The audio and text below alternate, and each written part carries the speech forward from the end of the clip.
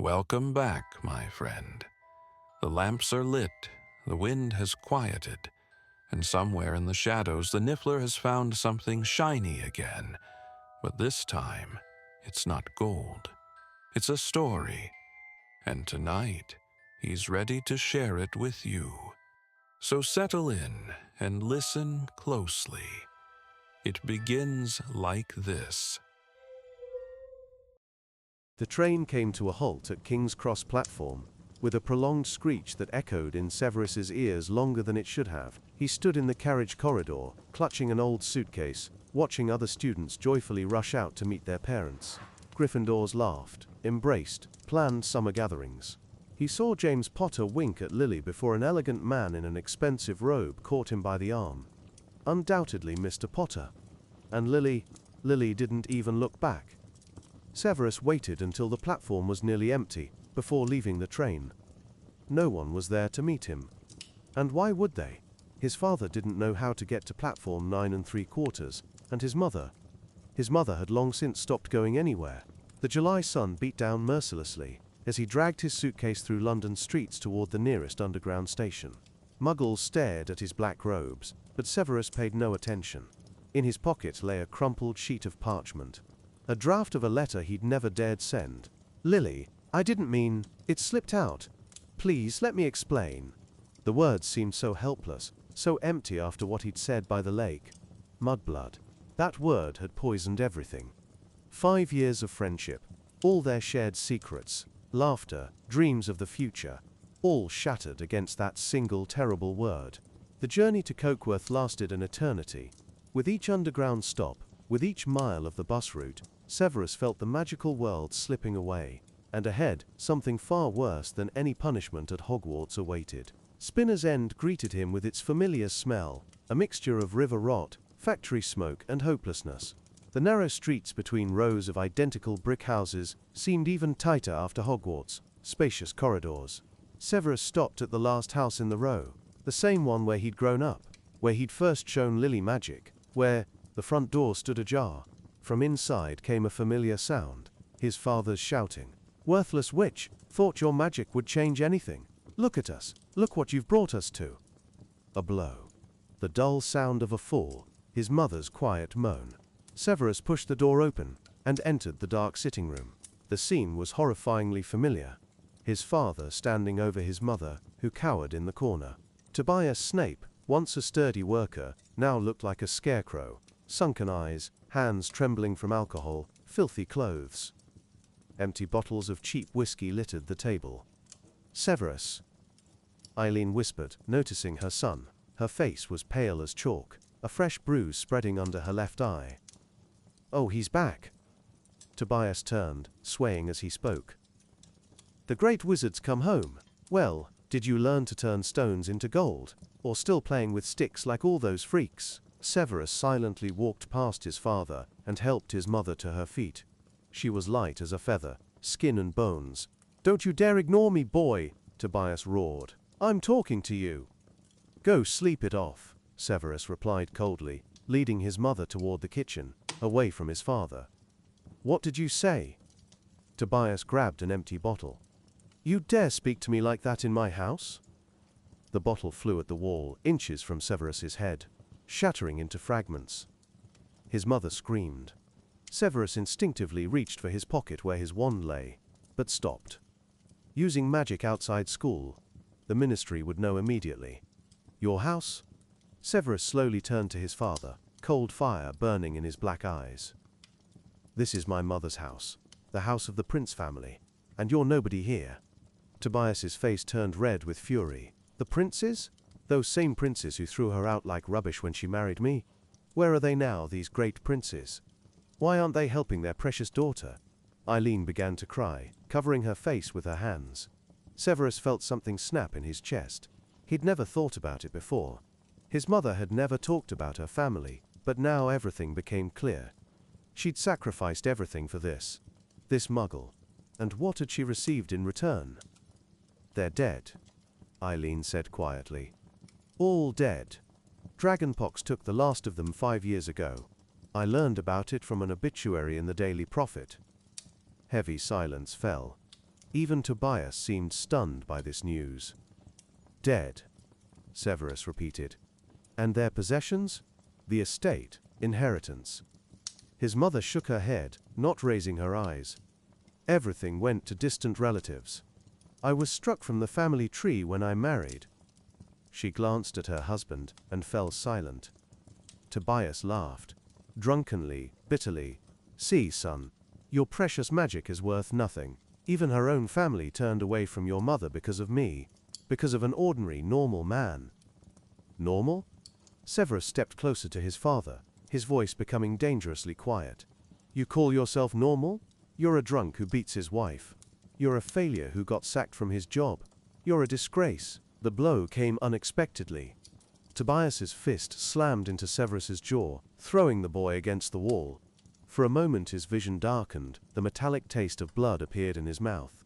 I'll kill you, you freak, Tobias roared, lunging at his son. But Severus was no longer a small, defenseless boy. 5 years at Hogwarts, 5 years of duels with Slytherins, 5 years of standing up to the marauders, all of it had hardened him. He dodged the next blow and shoved his father back. Tobias, drunk and clumsy, lost his balance and fell onto a pile of broken glass from the bottle. Blood. So much blood. Tobias screamed, clutching his wounded hand. Glass had cut deep into his palm, and red liquid streamed onto the dirty floor. Severus, no! Eileen rushed to her husband, pressing some rag to the wound. But Severus stared at the blood with strange detached interest. Just as red as wizards, blood, no different. So why did muggles think themselves superior? Why did Tobias think he had the right to humiliate them? Get out, Tobias rasped, holding his wounded hand. Get out of my house. Gladly, Severus replied. He went upstairs to his room, a tiny cubbyhole under the roof. Nothing had changed. The same narrow bed, the same rickety desk, the same shelves crammed with old textbooks. Severus threw his suitcase on the bed and began unpacking.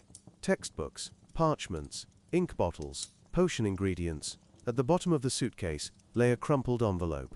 His heart raced as he tore it open, but disappointment struck immediately. Inside was his own letter, returned unopened. The owl must have brought it back, after Lily refused to accept it. Severus sank onto the bed, clutching the returned letter. She hadn't even read it. Hadn't even given him a chance to explain. 5 years of friendship, and it had all ended because of one word, spoken in a moment of anger and humiliation. He remembered that day by the lake, how James Potter had lifted him into the air, exposing his underwear before the entire school, how students had laughed, how Lily had come to his defense and he'd called her that word, a word he'd heard so often from his Slytherin friends, a word he should never have said to her. The next morning Severus woke to the crash of noise downstairs. His father was rowing with his mother again, blaming her for all his troubles. Severus pulled on his robes and left the house without breakfast. He needed to get away from this place, from the shouting, from the memories. He wandered Cokeworth streets until he found himself at the playground, where he'd first met Lily. The swings creaked rustily in the wind, the sandpit overgrown with weeds. Severus sat on the old bench and took out parchment. One more attempt. Dear Lily, I know you returned my previous letters, but I beg you, read at least this one. I'm not asking for forgiveness. I understand I don't deserve it. I only want you to know, that word was the biggest mistake of my life. I didn't say it because I believe in it, but because I wanted to hurt someone as badly as they'd hurt me. This isn't an excuse, just the truth. I know you've chosen him, James. He's probably better than me in everything. Richer, more popular, braver. A Gryffindor. A hero. Everything I'll never be. But I want you to know, to me, you'll always be that little girl who could make flowers dance. The one who wasn't afraid of my worn clothes and gloomy house. The one who saw in me something more than just the son of a drunk and a broken witch. Goodbye, Lily. Be happy. Your former friend, Severus. He sent the letter that same day, and waited. A week passed without reply, but the letter didn't return. Perhaps she'd read it. Perhaps. In late July, Severus decided to visit Diagon Alley. He needed potion ingredients, and home was becoming unbearable. His father drank daily, his mother deteriorated more each day. Sometimes Severus found her sitting by the window with her wand in hand, whispering spells that no longer worked. Her magic was weakening, whether from despair or years of inactivity. Diagon Alley brimmed with life. Wizards in bright robes hurried about their business. Children gazed excitedly at shop windows. Owls fluttered overhead. Severus felt a sharp pang of longing for this world. Here he could be somebody. Here his knowledge and talents mattered. Severus Snape. He turned and froze. Before him stood Lucius Malfoy, tall, blonde, impeccably dressed, a Hogwarts graduate who'd left school when Severus was in his 3rd year. Slytherin prefect, top student of his year, and now, according to rumors, one of the most powerful young figures in the magical world. Mr. Malfoy. Severus greeted him cautiously. Drop the formalities, please, Lucius. He smiled that particular smile that could mean either favor or threat. I heard you're making remarkable progress in potions. Professor Slughorn can't stop singing your praises. He exaggerates, Severus shrugged. I doubt it. Horace Slughorn never praises without reason. Lucius looked him over, appraising Ly.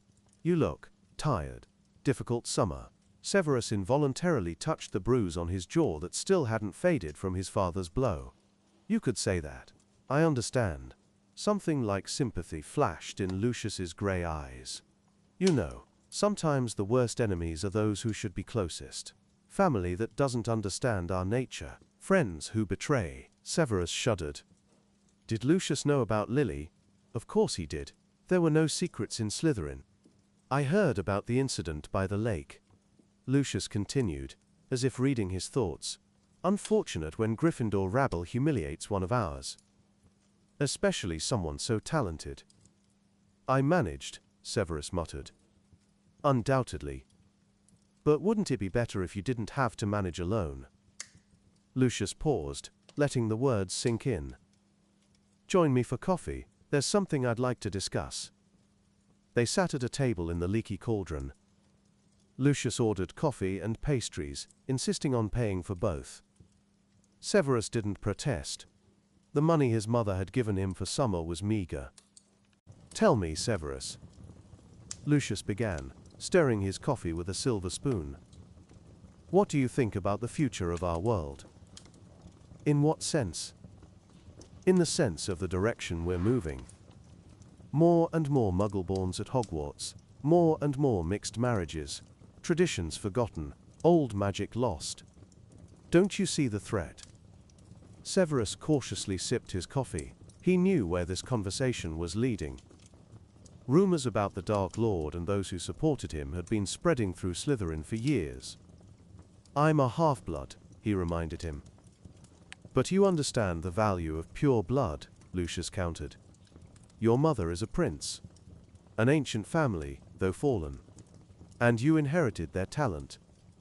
Imagine how much more powerful you could be if you'd grown up in a proper magical family, rather than... He didn't finish, but Severus understood. Rather than with a muggle drunk who hated magic. What are you proposing? Severus asked directly. Nothing yet, just friendship, support, a circle of like-minded individuals who value true magic and are ready to fight for its preservation. Lucius took a card from his pocket. If you need help, any help, just write to me. Severus took the card. On it was only the Malfoy family crest and an address. Why me? He asked. Because you're talented. Because you're ambitious. And because you understand what it's like to be undervalued because of your heritage. Lucius stood. Think about my words, Severus. The world is changing. Soon everyone will have to choose a side. After Lucius left, Severus sat for a long time, staring at the card. He knew what Malfoy was talking about. Knew which side he'd already chosen. And part of him, the part that was tired of humiliation, of poverty, of James Potter having everything whilst he had nothing, that part wanted to accept the offer. But there was another part, the part that remembered how Lily looked at him when he talked about dark spells. The part that knew, if he went down this path, there would be no way back. Severus spent the rest of July shut in his room. He read his mother's old textbooks, which he'd found in the attic. Books of the Prince family, ancient, powerful, dangerous. Spells they didn't teach at Hogwarts. potions banned by the ministry, rituals that required blood.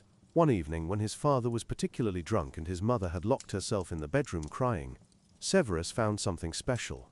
A diary. Not his mother's, her grandfather's, Eleazar Prince, the last true potions master in the family. Blood determines power, but will determines fate, was written on the first page.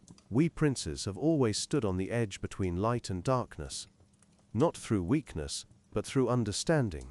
True might comes to those who aren't afraid to peer into the abyss. Severus read until dawn. Eleazar Prince had been brilliant and ruthless. His experiments went far beyond what was permitted. He'd created potions that could break minds, poisons that killed over years, elixirs that gave superhuman strength at the cost of years of life. And he wrote about something more. About gatherings of wizards who believed in the old ways. About a leader who promised to restore the magical world to its true greatness. The diary ended abruptly, a year before Eleazar's death from dragonpox. Severus closed the diary, feeling strange excitement. Here it was, his legacy. Not miserable existence in a muggle slum, but true, dark, powerful magic of the Prince family. The next day he wrote to Lucius Malfoy. The reply came instantly. An invitation to dinner at Malfoy Manor. Severus hesitated for a long time. Accepting meant taking the first step in a direction from which there might be no return. Refusing meant staying here, in this hell, with no hope of a better future. That evening, something happened that finally determined his choice. Severus was returning from the shop where he'd gone for bread and milk. The only things they could afford. On the threshold of his own home, Tobias waited for him. Drunk as always, but this time something new shone in his eyes. Something dangerous. "Know what I found out," he hissed. "Your mother had money, a whole fortune at Gringotts. But she can't get it because she was struck from the family. And you know why she was struck off? Because of me. Because she married a muggle." "So what?" Severus asked coldly. "So she ruined my life. I could have lived normally, but she bewitched me with her tricks. And now look. I'm out of work, in debt, living in this hole with a witch who can't even conjure up a piece of bread." "She didn't bewitch you," Severus said contemptuously. "You chased after her yourself. Mum told me." "Lies." Tobias roared and swung at him. But this time something in Severus snapped. Years of anger, resentment, humiliation, it all burst out. He didn't draw his wand, didn't speak a spell. Magic simply exploded from him, raw and uncontrolled. Tobias flew across the entire room and slammed into the wall with such a dull sound that the whole house shook. He slid to the floor and didn't move. Blood flowed from his split head. "Tobias!" His mother ran out from the kitchen and rushed to her husband. "Oh Merlin, what have you done?" Severus stood, breathing heavily. He could have killed him. The realization was simultaneously terrible and liberating. He could have killed his father, and he wouldn't have cared. Tobias groaned and stirred. Alive, unfortunately. "Get out," he rasped, not opening his eyes. "Get out, before I call the police." "Severus, go," his mother whispered pleadingly. "Go, before it's too late." He looked at her. Aged, broken, pitiful. Then at his father, a drunken failure who'd poisoned their lives. And he understood, if he stayed here, one day he really would kill Tobias. And that would destroy the last remnants of his soul. "I'm leaving," he said, "and I'm not coming back."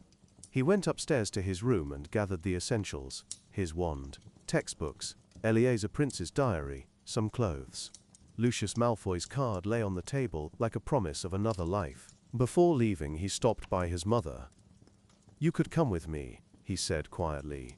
"Start over." She shook her head, not taking her eyes off Tobias. "I made my choice long ago. Now I must live with the consequences. Even if it kills you." She raised her eyes to him, once bright, now dull and empty. "Perhaps that would be a mercy." Severus turned and left without looking back. Behind him remained the house of his childhood, the grave of his still-breathing mother, and the corpse of his innocence. He walked through Cokeworth streets in the August rain, holding Lucius Malfoy's card.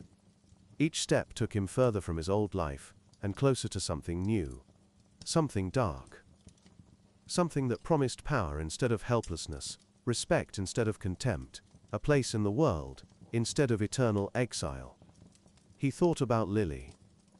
About how she looked at James Potter, about unopened letters, about that word mudblood, which had become a wall between them forever. Perhaps Lucius was right. Perhaps it was time to choose a side, and if Lily had chosen hers, light, Gryffindor, Potter's, then why shouldn't he choose the opposite? At the station he bought a ticket to London with his last money. The train left at midnight, and Severus sat in an empty carriage, watching dark fields drift past the window. Somewhere out there, in Godric's Hollow, James Potter was probably entertaining Lily with his jokes. Somewhere in luxurious manors, pure-blood families were planning the magical world's future. And he, Snape the half-blood, son of a drunk and a broken witch, was traveling towards the unknown. Lucius met him at King's Cross Station at 3 a.m. He looked impeccable even at this hour, as if he'd just come not from bed, but from an official reception. "I knew you'd write," he said instead of greeting. "What happened at home? The Ministry registered a surge of uncontrolled magic. Don't worry, I've dealt with the matter." "How?" Severus was surprised. "I have friends in the appropriate departments. Friends who understand that sometimes young talented wizards need protection from an unjust system." They got into a luxurious black car waiting by the station. The Muggle driver didn't even glance at them, as if under a spell. "Where are we going?" Severus asked. "To Malfoy Manor. Temporarily, until we find you more permanent accommodation. Of course, if you decide to accept my proposal." "What proposal?" Lucius smiled that enigmatic smile of his. "All in good time, my young friend. First you need rest. And perhaps proper clothes." Severus glanced at his old, worn robes and felt a sharp stab of shame. Next to Lucius, he looked like a beggar. "I can't pay." "Don't worry about money. Consider it an investment in the future. Your future. And the future of our cause." Malfoy Manor struck Severus with its luxury. A huge white mansion surrounded by perfect gardens. Peacocks strolling across the lawns. Fountains, statues, everything he could only have dreamed of whilst reading about ancient wizarding families. "Welcome to my home," Lucius said, leading him inside. "A house elf will show you to your room. Rest. Tomorrow we'll talk in more detail." The room they gave him was larger than the entire flat at Spinner's End. An enormous four-poster bed, a private bathroom, a view of the garden. Severus stood by the window for a long time, unable to believe it was real. He thought about his mother, who remained in that hell. About his father, whom he'd nearly killed. About Lily, who would never forgive him. About everything he'd left behind. And then he thought about Eleazar Prince's diary, which lay in his suitcase. About the knowledge that awaited him. About the power he could gain. Blood determines power, but will determines fate. Severus Snape had made his choice. There was no way back. September rain drummed against the Hogwarts Express windows as Severus Snape stared at his reflection in the glass. 7th year. Final year. Outside, the green hills of Scotland drifted past, but he didn't see them. Instead, Lily Evans's face kept appearing before his eyes, her gaze full of disappointment and disgust. The compartment he sat in was empty. Severus had deliberately chosen the most remote carriage, hoping to avoid encounters. Especially with the marauders. Especially with her. The compartment door opened, letting in a tall figure in black robes. Regulus Black, Sirius's younger brother, a 6th-year Slytherin.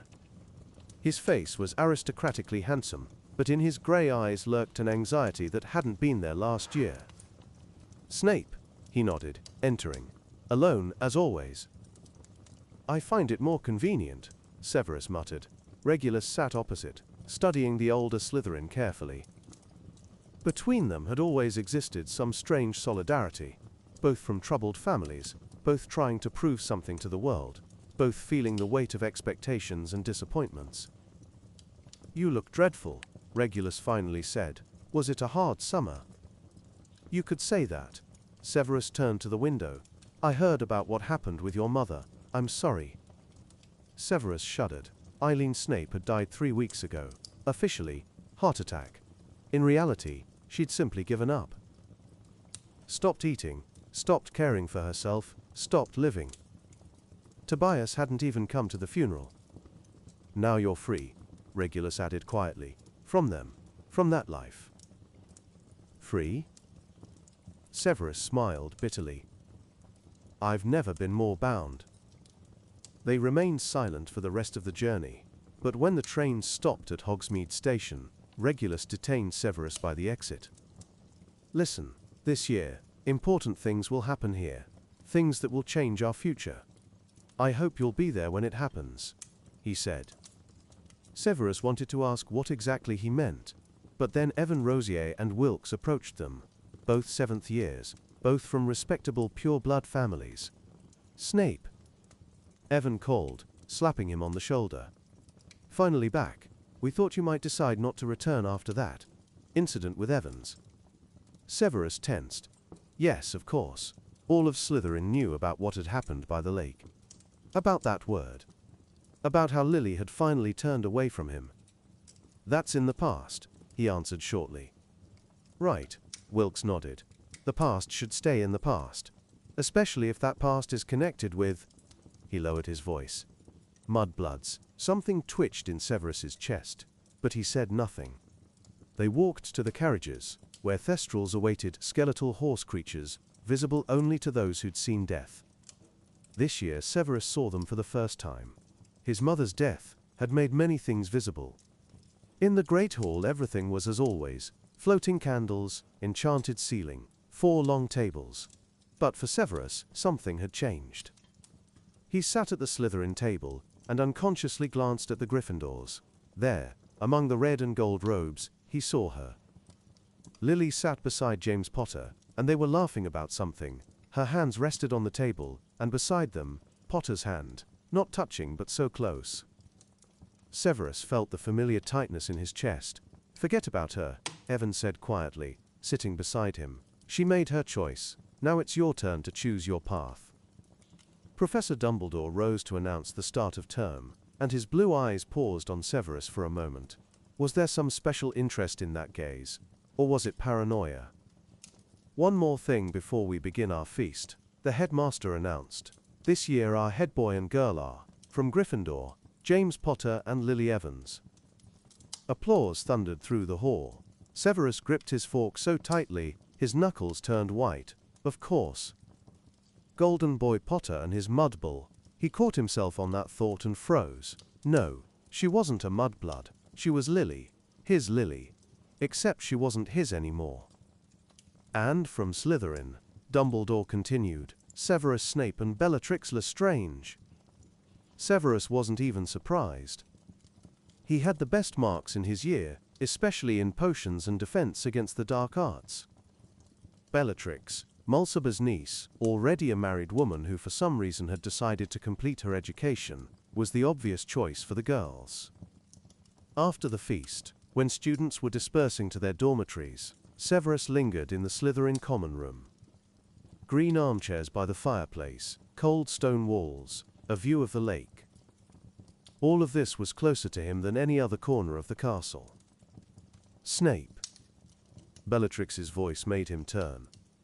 She stood by the stairs, her dark eyes gleaming in the firelight. "Congratulations on the appointment. I think we'll work splendidly together this year."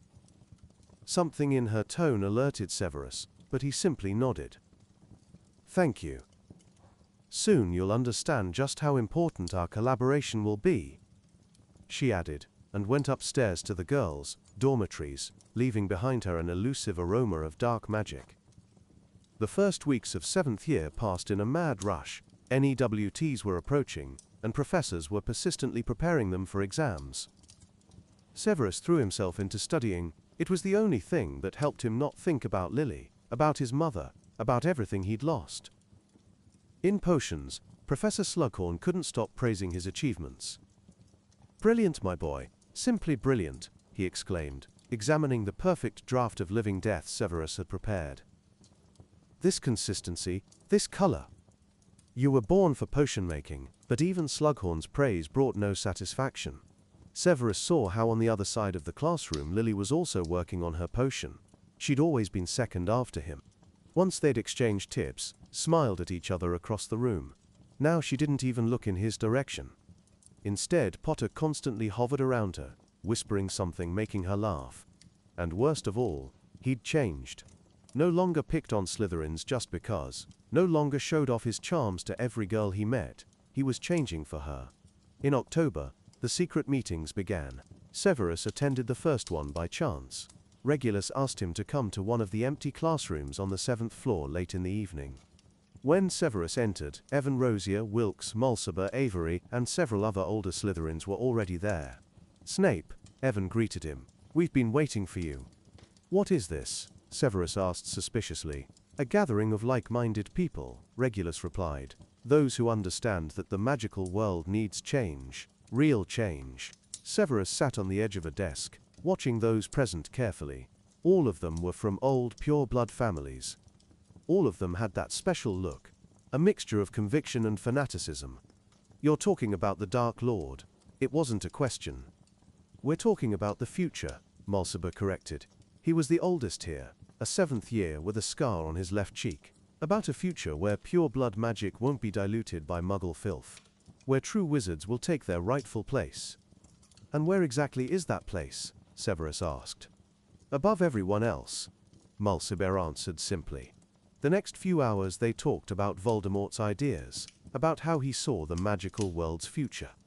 They spoke of justice, of traditions, of the greatness of pure blood, and Severus listened, feeling how something inside him responded to these words. He thought about his Muggle father who'd destroyed his mother, about James Potter, a pure-blood Gryffindor who had everything, about Lily, the Muggle-born who'd chosen Potter over him. And in all of this was some cruel irony. "But I'm a half-blood," he reminded them when the conversation quietened. "The Dark Lord has nothing against half-bloods," Regulus said. "He himself," he faltered, as if he'd said too much. "What matters isn't heritage but dedication to the cause. And your talent, Snape, your incredible talent." After that meeting, Severus began regularly attending these secret gatherings. They took place twice a month, always in different locations, always under cover of night. They spoke of politics, of magic, of how the ministry was weakening through excessive tolerance of Muggle-borns. But more than talk, Severus was interested in magic. Dark magic. At one meeting, Avery showed them a torture curse. Not Cruciatus, that required special permission and a level of hatred, but something else. A spell that caused terrible itching under the skin, unbearable, maddening. "My family knew these spells before the ban on dark magic," Avery explained. "They leave no traces, can't be detected, perfect for persuasion." Severus watched as Avery demonstrated the spell on an owl they'd commandeered.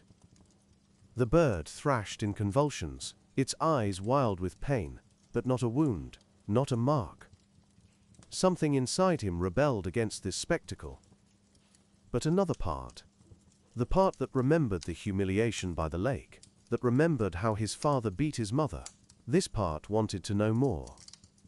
November brought the first snowstorms and a new obsession. Severus began experimenting with his own spells. He'd always had a talent for this. Even in 5th year he'd invented several useful household charms. But now his interests had shifted to a darker side. In old library books, in forgotten sections on defense, he found mentions of curse jinxes. Spells that didn't just attack but punished. He began developing his own variations. The first one he created he called Langlock, a spell that made the victim's tongue swell and block their airway. Not fatal but terrible. He tested it on a rat in the dungeons, and the result was impressive. Then came the idea for something more serious. Something for defense. No, be honest. Something for revenge. for Potter and his gang. He worked on this spell for months, using knowledge of dark magic he'd gleaned from Eleazar Prince's diary and from conversations at the secret meetings. He wanted to create something that would slash, shred, punish, Sectumsempra, for enemies. The idea came to him at night when he couldn't sleep, thinking about Lily and James. A spell that would leave scars, not just on the body, on the soul. He wrote it in his old potions textbook. The same one, where there were already dozens of his own improvements to recipes. In the margins, in small handwriting, between the lines. And signed it, invented by the half-blood prince. This nickname came naturally. Prince, his mother's surname. Half-blood, what he was. Not pure blood, not muggle-born. Something in between. Something that belonged to both worlds, and to neither. In December came the first serious clash. Severus was walking the corridor after defense against the dark arts, when he heard familiar voices from an empty classroom. He stopped by the door, listening. I can't believe Dumbledore made him head boy. This was Lily, after everything he's done. Lily, he's changed, James replied. You say yourself he doesn't pick on students anymore. Because you tried. For me. There was tenderness in her voice that Severus had never heard when she spoke to him. Well, maybe a bit, James laughed. But seriously, Snivellus deserves the head boy position. He's top of the class in most subjects. Snivellus. That disgusting nickname the Marauders had invented for him years ago. Don't call him that, Lily asked. Sorry, Snape. Top student, future potions genius, and now head boy too.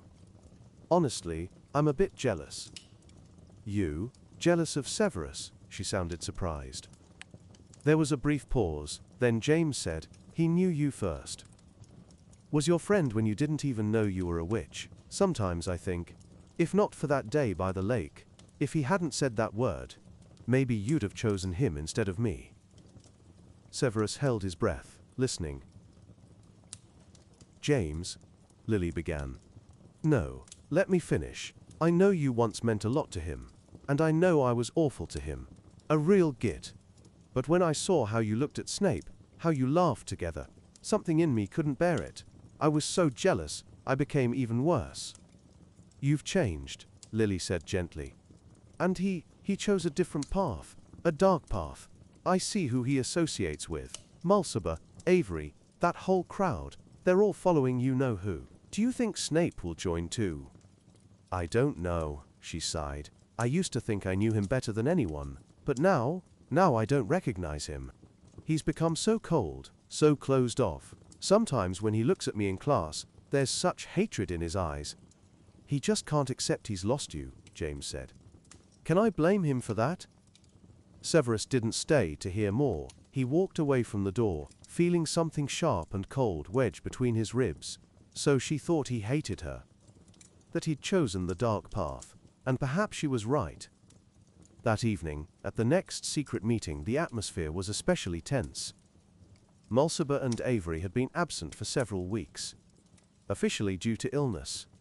But everyone knew the truth. They've received the mark, Regulus whispered when he and Severus stood apart from the group. The Dark Lord's mark, now they're true Death Eaters. So what? Severus replied indifferently, though his heart beat faster. So soon we'll all have to choose. Staying aside won't be possible anymore. War is coming, Snape. And when it starts, we'll have to decide whose side we're on. In January, Mulciber and Avery returned to school. They looked older, changed. Something new had appeared in their eyes. Something terrible and exciting at once. Respect, confidence, power. At the next meeting they talked about their missions for the Dark Lord. About raids on Muggle villages. About punishing traitors. About the greatness of the cause they served. The Dark Lord is interested in young talent, Mulciber said, his gaze stopping on Severus. Especially those with unique abilities. He's heard about you, Snape. About me? Severus tried to hide his surprise. About your success in potions. About your experiments with new spells. Lucius Malfoy speaks highly of your potential, Avery smiled. So Lucius hadn't forgotten about him. Severus hadn't seen him since that summer, when he'd lived at Malfoy Manor, but apparently Lucius had been monitoring his progress. "What does he want?" Severus asked cautiously. "To meet you. After graduation, of course. But he wants to know if you're ready to consider the possibility of serving the true future of the magical world." Severus said nothing, but his thoughts churned. Meet the Dark Lord. Become a Death Eater. That would mean crossing a line after which there was no return. But was there anything to return to? February was the coldest in years. The castle constantly shook from snowstorms, and the lake froze completely. Severus spent most of his time in the library, or in the potions laboratory, that Professor Slughorn had allowed him to use after hours. It was there, in that small laboratory in the dungeons, that he completed work on Sectumsempra. The spell was ready. All that remained was to test it. The opportunity appeared unexpectedly. Severus was patrolling the corridors as head boy, when he heard footsteps. He turned and saw Sirius Black creeping down the stairs with a clearly forbidden bottle of fire whiskey in his hands. "Snivellus!" Sirius jumped, noticing him. "What are you doing here?" "Performing head boy duties." "Unlike some," Severus replied coldly. "Fire whiskey is forbidden at school. Hand over the bottle, or maybe you want to drink it yourself." "Relax a bit?" Sirius grinned mockingly. "Oh wait, I forgot. You're too busy researching dark spells in the dungeons." "Hand over the bottle," Severus repeated, drawing his wand. "Or what? You'll try one of your new little spells? Or maybe complain to Dumbledore?" Sirius also drew his wand, but his movements were slightly unsteady. He'd already been drinking. "Last warning, Black. Go to hell, Snape!" Sirius waved his hand and walked away. Severus didn't think. His wand rose on its own. The word tore from his lips. "Sectumsempra!" A silver blade sliced through the air and struck Sirius's back. He screamed and fell to his knees. The bottle dropped from his hands and shattered. Blood, lots of blood, began seeping through his robes. Severus froze, staring at the result of his spell. It had worked too well. "Help!" Sirius shouted, pressing his hand to his wounded back. "Someone! Snape's trying to kill me!" Panic. Severus rushed to him, trying to assess the damage. The wound was deep, the blood wouldn't stop. He knew the counter-curse. He'd created it, but footsteps on the stairs. James Potter appeared, running, his wand at the ready. "What's going on?" "Sirius!" He saw the blood, and turned to Severus with fury on his face. "What have you done?" "I?" He wouldn't listen, Severus began, but James was already attacking. "Expelliarmus!" The wand flew from Severus's hand. He watched helplessly as James ran to Sirius, trying to stop the bleeding with basic healing charms. "Go get Madame Pomfrey! Now!" James shouted. Severus ran. Along the way to the hospital wing, he realized the scale of what he'd done. He'd injured a student, nearly killed him. They'd expel him, or worse, send him to Azkaban. But something else happened. When Madame Pomfrey arrived and healed Sirius, it took several hours and many rare potions. Professors McGonagall and Dumbledore summoned both of them for a talk. Sirius told his version that Severus had attacked him without provocation, using an unknown dark spell. Severus explained that Black had forbidden alcohol, wasn't obeying the head boy, and he'd used a defensive spell. "Defensive?" McGonagall raised an eyebrow skeptically. "This spell nearly killed Mr. Black." "I didn't know it would be that strong," Severus replied quietly, which was true. "It was the first attempt." "The first attempt on a living person." McGonagall was outraged. But Dumbledore intervened. "Tell me, Mr. Snape, where did you get this spell?" "I invented it, sir." The headmaster's blue eyes bored through him. "Invented? At 17 you created a spell that even experienced aurors can rarely recognize or stop." "That's impressive, Mr. Snape, and at the same time, deeply troubling." Severus remained silent, understanding that any excuse would only make things worse. "Mr. Black." Dumbledore turned to Sirius. "You claim you didn't provoke Mr. Snape." Sirius faltered. Severus saw him trying to think of an answer that wouldn't reveal his own guilt. "I was just walking down the corridor with a bottle of fire whiskey remnants of which were found at the scene. McGonagall added, "Don't deny it, Mr. Black. Your condition when Madame Pomfrey arrived clearly indicated alcohol consumption. In the end, both received punishment. Sirius, a week of detentions for breaking rules and drinking alcohol. Severus, a month's suspension of head boy privileges and a ban on visiting the potions laboratory after hours. But the worst wasn't the punishment. Mr. Snape, Dumbledore said when they were alone, I've been watching you since your first year. You're an extraordinarily talented wizard, but talent without moral guidance can become a curse. I know you associate with students who support Voldemort. I know about the secret meetings in the dungeons, and I worry about you." "I don't need your concern, sir," Severus replied coldly. "Perhaps, but I want you to know, when the time for choice comes, and it will come, Mr. Snape, it will come very soon, my door will always be open to you. There's always a possibility to choose another path." Severus didn't answer. He simply left the office, feeling that penetrating blue gaze on his back.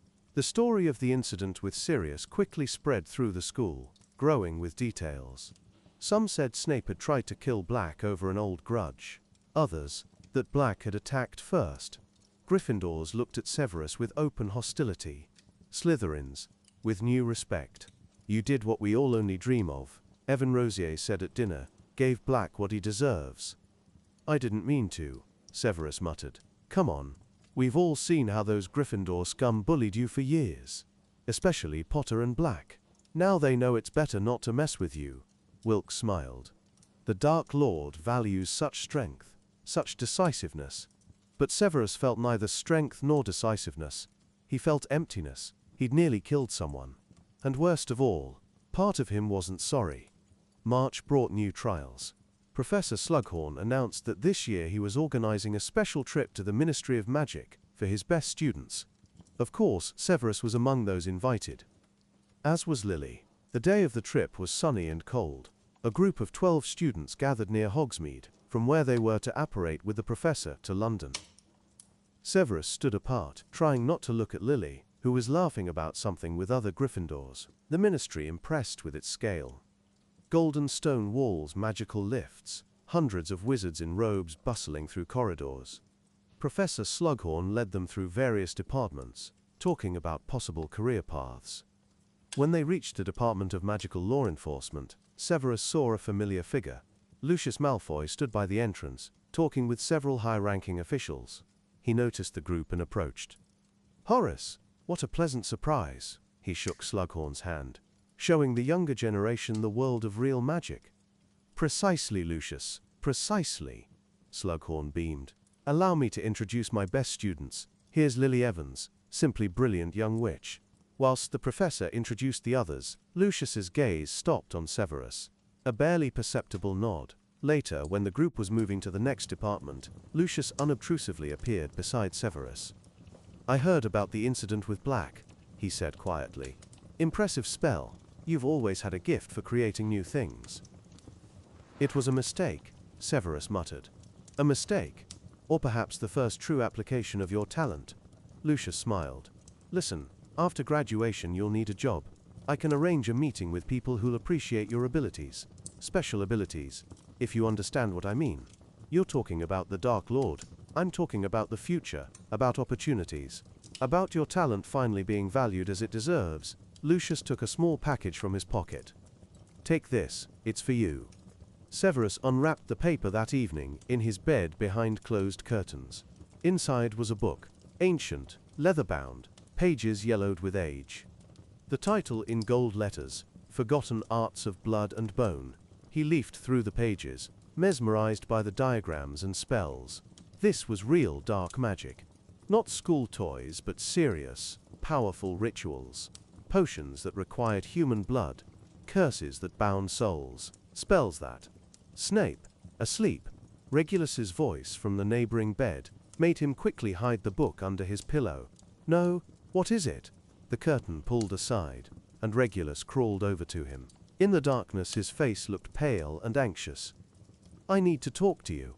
About something important." "What happened?" "My brother, Sirius. He wrote me a letter. The first in 2 years." Regulus swallowed nervously. He says he's worried about me, that he knows who I'm associating with, that the Dark Lord is evil, and if I follow him, I'll die. And I don't know what to do. Regulus looked him in the eyes. Sirius ran away from home last year, disowned the family. He's in the Order of the Phoenix now, Dumbledore's organization. And my family expects me to become a Death Eater. Mother has already arranged it. After graduation, next year, I'm to meet the Dark Lord. You're afraid, Severus stated. Yes, Regulus admitted honestly. I'm afraid. But I'm also afraid of disappointing the family. Afraid of being nothing if I refuse. And you, Snape? Are you afraid? Severus fell silent. Was he afraid? Yes. But he was also tired. Tired of poverty, of humiliation, of always being the outsider. The Dark Lord promised power, respect, a place in the world. Fear is a natural reaction. He finally answered. But sometimes you have to do what's frightening to get what you want. And what do you want? Severus thought about Lily. About her laughter when she was with Potter. About how she looked at him now, with mistrust and disgust. I want to matter, he said quietly. I want to be taken seriously. I want those who humiliated me to regret it. April passed in a whirlwind of NEWT preparation. Severus threw himself into studying, trying not to think about the future, about the choice that was approaching with each day. At one of the last secret meetings, Mulciber and Avery made an announcement. The Dark Lord has allowed us to offer some of you a special opportunity, Mulciber began. After graduation, you'll be able to meet him personally, hear his vision, and if you prove your worth, join his cause. He looked at Severus, Evan Rosier, and Wilkes. You three have been chosen. It's an honor few receive at such a young age. Severus felt something tighten in his chest. The moment of truth was approaching. Soon he'd have to give an answer, a final answer. May brought exams and the last weeks at Hogwarts. Severus passed all his NEWTs with distinction, as expected. Professor Slughorn assured him he could arrange any job in the field of potions. Professor McGonagall remarked that with such marks he could become an Auror, but Severus knew those doors were closed to him. The Ministry didn't accept half-bloods with suspicious connections for serious positions, and the reputation he'd earned this year didn't work in his favor. The day before the graduation ball, Severus spent by the lake, the same place where everything had broken a year ago. He sat under the willow, watching the water, thinking about everything he'd lost. Severus. The voice made him jump. Lily stood several yards away, her red hair glowing in the evening sun. What do you want, Evans? He asked coldly, using her surname. I wanted to talk.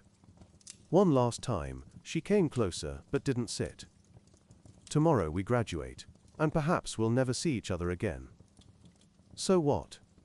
I want you to know, I've forgiven you. For that word. For everything, she said quietly. But I can't forget, and I can't understand why you chose this path. What path? Dark magic, these people. The Dark Lord. Her green eyes looked at him with sadness. You were better than this, Sev. You could have done so much good. Good? He laughed bitterly. When did good ever protect me? When did it help when Potter and his gang humiliated me? When my father beat my mother? When you chose him over me? I didn't choose between you, she objected. I chose between light and darkness, between someone trying to become better and someone choosing hatred. Then your choice was correct, he stood. Because I chose hatred. I chose power. I chose what will make me somebody, not nobody. Severus. Don't call me that. You lost that right. He walked away without looking back, but he heard her say quietly after him. I'll always remember the boy who showed me magic. That Severus who dreamed of Hogwarts and believed in miracles. I hope somewhere deep inside he's still alive. Severus didn't answer. He just walked, feeling something finally break inside. The graduation ball took place in the Great Hall, decorated with thousands of magical lights. Tables were laden with food. Music played. Students laughed and danced. Severus stood in a corner, watching the celebration with detached indifference. He saw Lily dancing with James, how they looked at each other, how James whispered something to her, and she laughed, leaning against him. And then happened what he'd been afraid to see, but somewhere inside knew would happen. The music quietened. James Potter stepped into the center of the hall, holding Lily's hand. The entire hall froze, watching them. "Sorry to interrupt the festivities," James began, his voice trembling with excitement. "But there's something I want to do whilst we're all still together." He dropped to one knee. "No, no, no, no, Lily Evans," James continued, taking out a small box. "You've made me a better person. You've shown me that true magic isn't spells or potions, but kindness, courage, and love. I know we're young. I know difficult times lie ahead. But I want to face them beside you. Will you marry me?" The hall held its breath. Lily stood with her hands over her mouth, her eyes filling with tears. "Yes," she whispered. "Yes, of course yes." An explosion of applause. Shouts of joy. Students rushed to congratulate them. Professor McGonagall wiped away tears. Even stern Dumbledore smiled. Severus felt his world finally shatter. He watched the ring on her finger, simple but beautiful, watched their embrace, her happiness. He turned and left the hall. No one noticed. Everyone was busy celebrating. He walked the dark corridors, not knowing where. His feet led him to the astronomy tower, the highest point of the castle. He went out onto the balcony and looked down.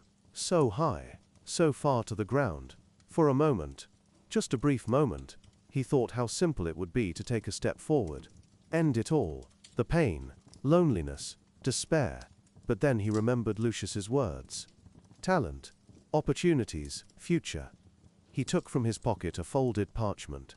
The invitation Mulciber had given him a week ago. An address, a date, a time, a meeting with the Dark Lord in 2 weeks. Severus looked at the stars above Hogwarts. Somewhere out there, in this vast world, was an answer. Meaning. Purpose. If not love, then at least power. If not happiness, then at least respect. If not light, then at least a place in the darkness. He folded the parchment and put it back in his pocket.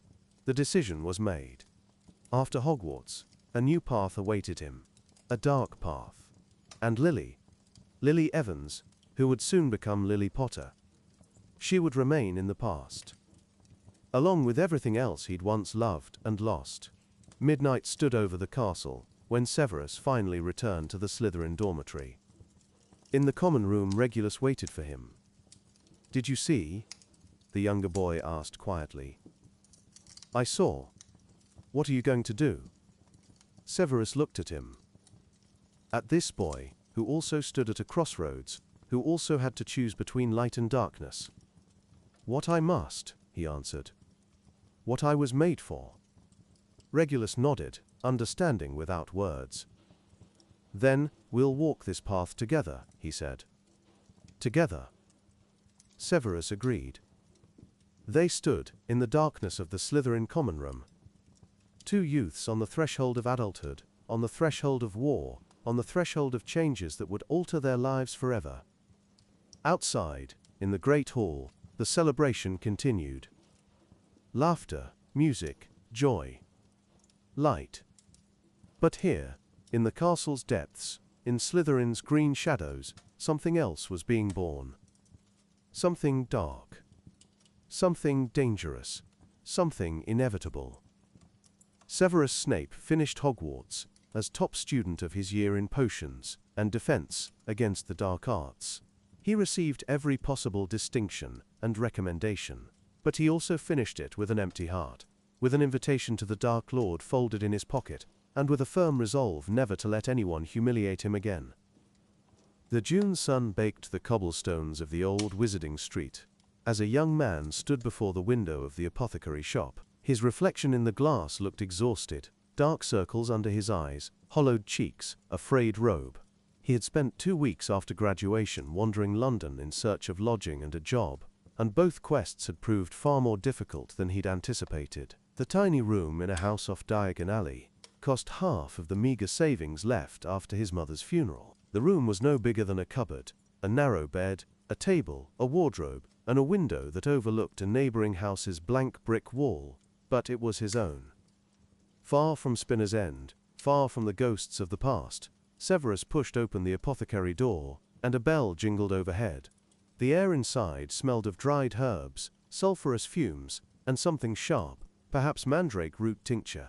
Shelves were crammed with jars, phials, and pouches of ingredients. Behind the counter stood an elderly wizard with a grey beard and spectacles perched on the tip of his nose. Mr. Jiggers, the owner. "Are you here about the assistant's position?" he asked without looking up from a parchment of instructions. "Yes, sir. My name is Severus Snape.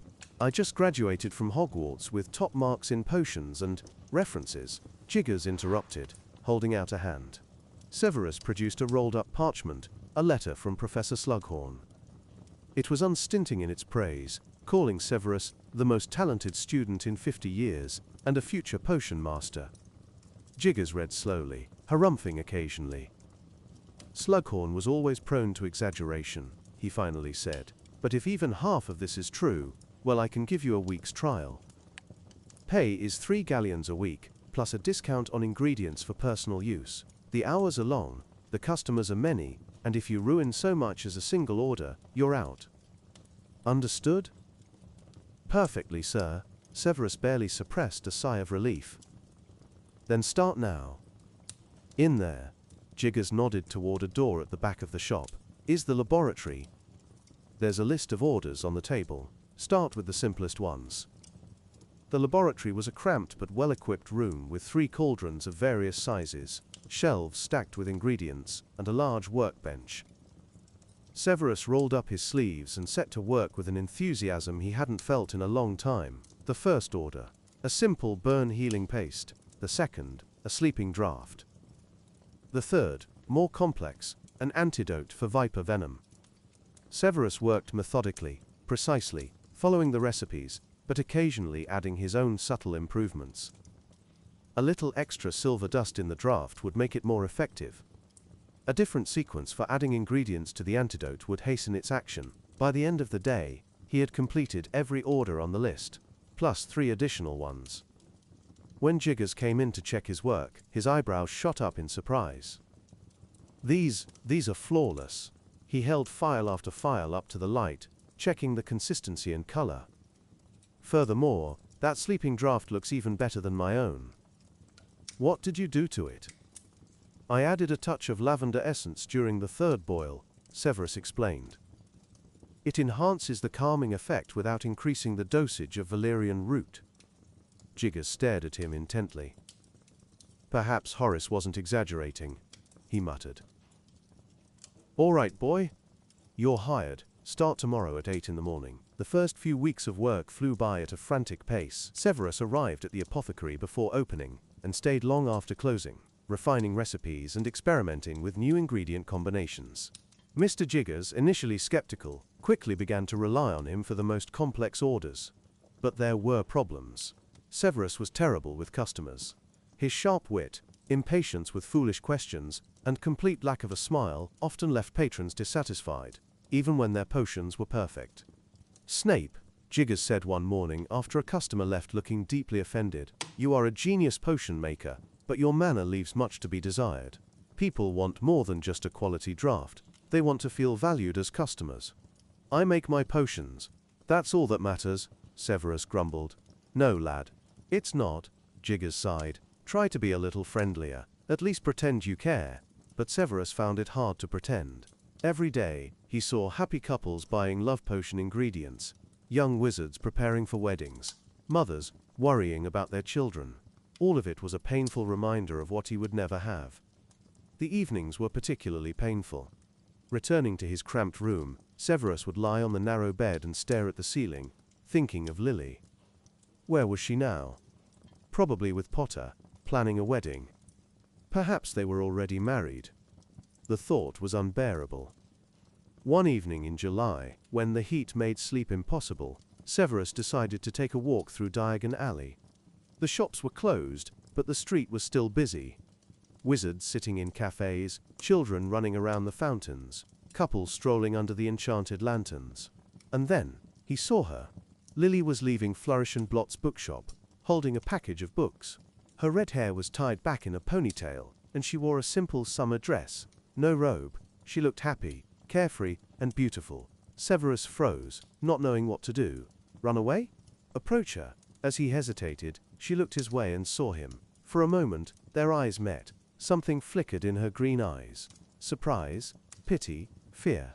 And then she turned and walked away in the opposite direction, quickly, almost running. Something inside Severus broke. He rushed after her. "Lily, wait!" She stopped, but didn't turn around.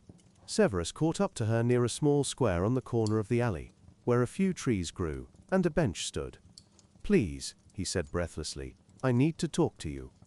"What is there to talk about, Severus?" Her voice was cold, but he heard the tension in it. "We said everything that night by the lake." "No. Not everything." He circled her to see her face. "I never told you how sorry I am. How much I hate myself for that word. For everything." "I know you're sorry." She finally looked at him. "I got your letters. All 12 you sent after graduation. I read them. And?" His heart hammered. "And I see you're suffering." "I truly do. But it doesn't change the choices you've made, Severus. I know who you associate with.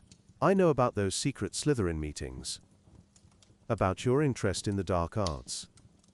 It's not what you think." "Isn't it?" she cut in. "Then swear. Swear to me you have no intention of joining the Dark Lord. That you will renounce that path." Severus opened his mouth, but the words wouldn't come. He couldn't swear it. He couldn't lie to her. And she saw it. "I thought as much," Lily said softly, and tears welled up in her eyes. "Do you know the saddest part? A piece of me still believes in the boy who showed me magic in that playground. That Severus who dreamt of Hogwarts and believed in wonder. But that boy is dead, isn't he?" "No," Severus croaked. He just grew up, saw what the world is really like." "The world is what we make of it," she countered. "James taught me that. He was an arrogant toe rag, but he changed. He changed for me. And you," she shook her head. "You're moving in the opposite direction, into the darkness." "Perhaps darkness is all that's left for me," he replied bitterly. "That is your choice. But know this. If you follow this path, if you become a Death Eater, we will be enemies. I've joined the Order of the Phoenix, Severus. I will fight Voldemort. I will fight everything he stands for. His world collapsed. She was in the Order. She would fight the Dark Lord. Fight him." "You don't understand," he began, but she raised a hand. "No, you don't understand. Voldemort is evil, Severus. Pure, unadulterated evil. He kills people, tortures them, destroys families, and if you think he'll give you power or respect, you are wrong. He'll use your talent and then discard you when you are no longer needed." "How do you know?" Severus asked. "You've never met him, never heard his vision for the future." "I've heard enough," she said sharply.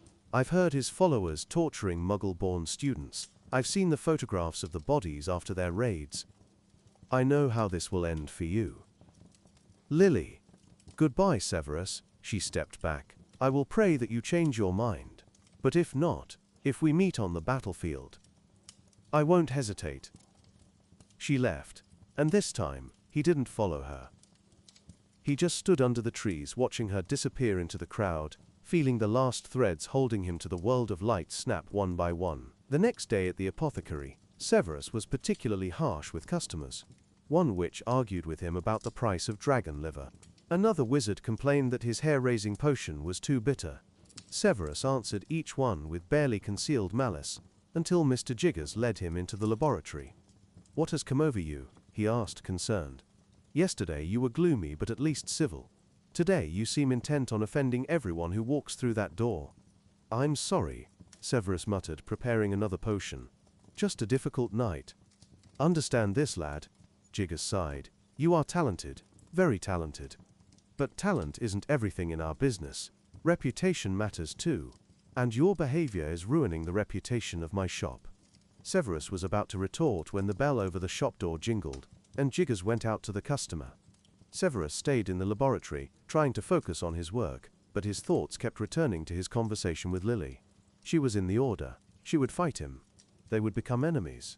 Suddenly a voice from the shop made Severus freeze. "Yes, I know he works here. Where is he? Where's that little freak?" Tobias.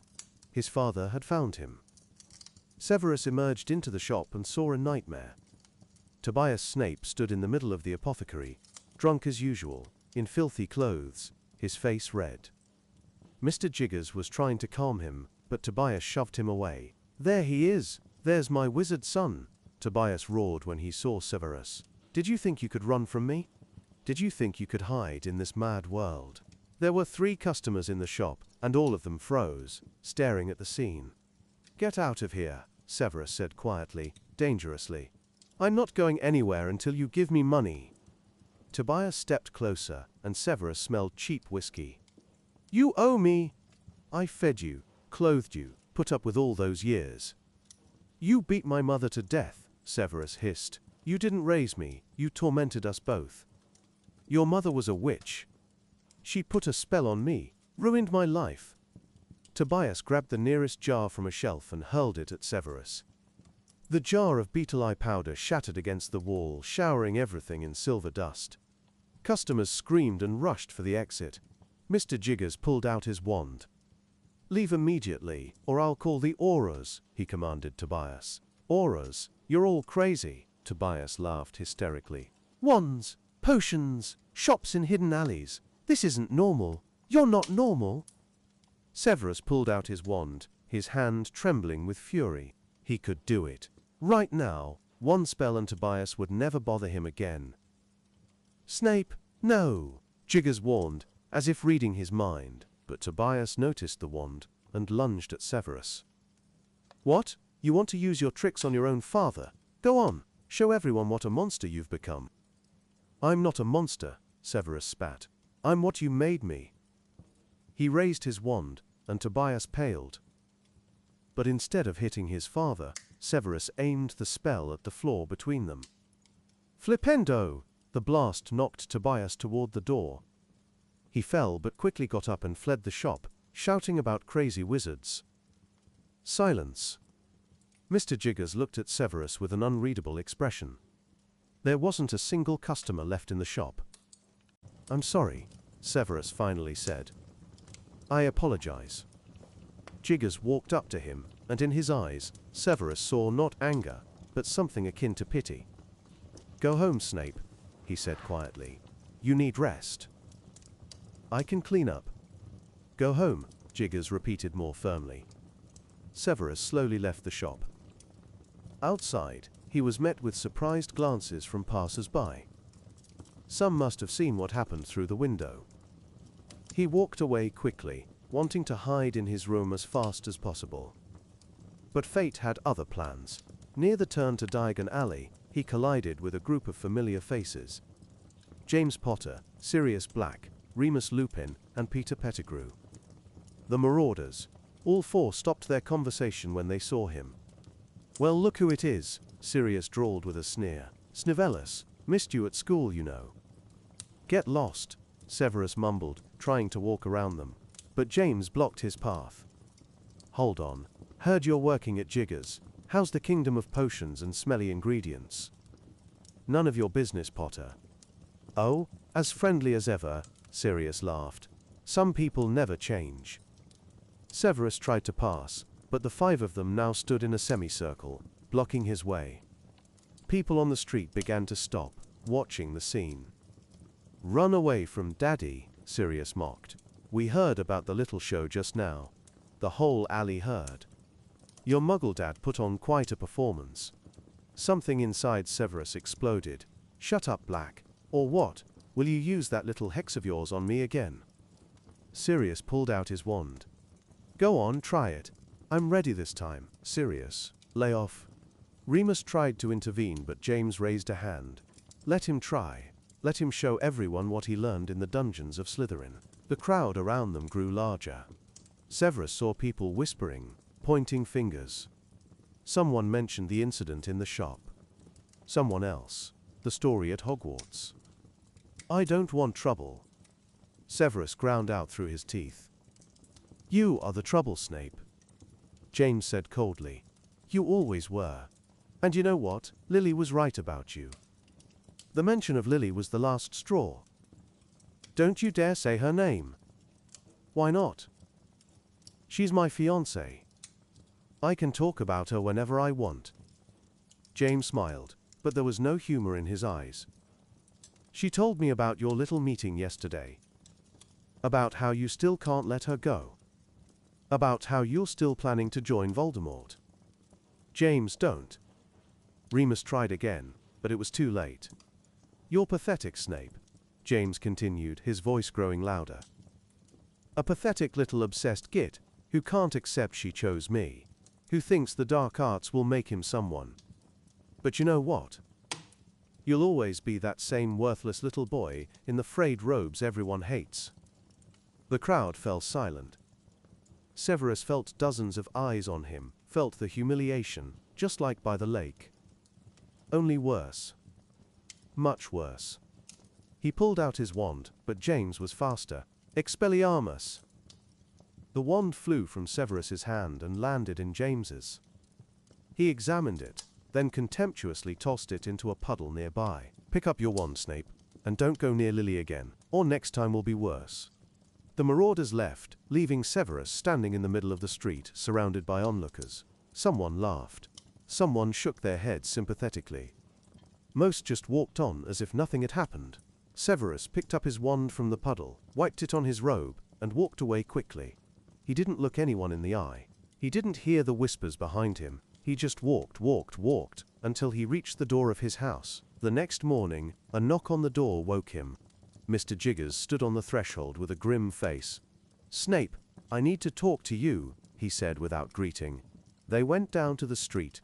Mr. Jiggers pulled out a pipe and lit it before speaking.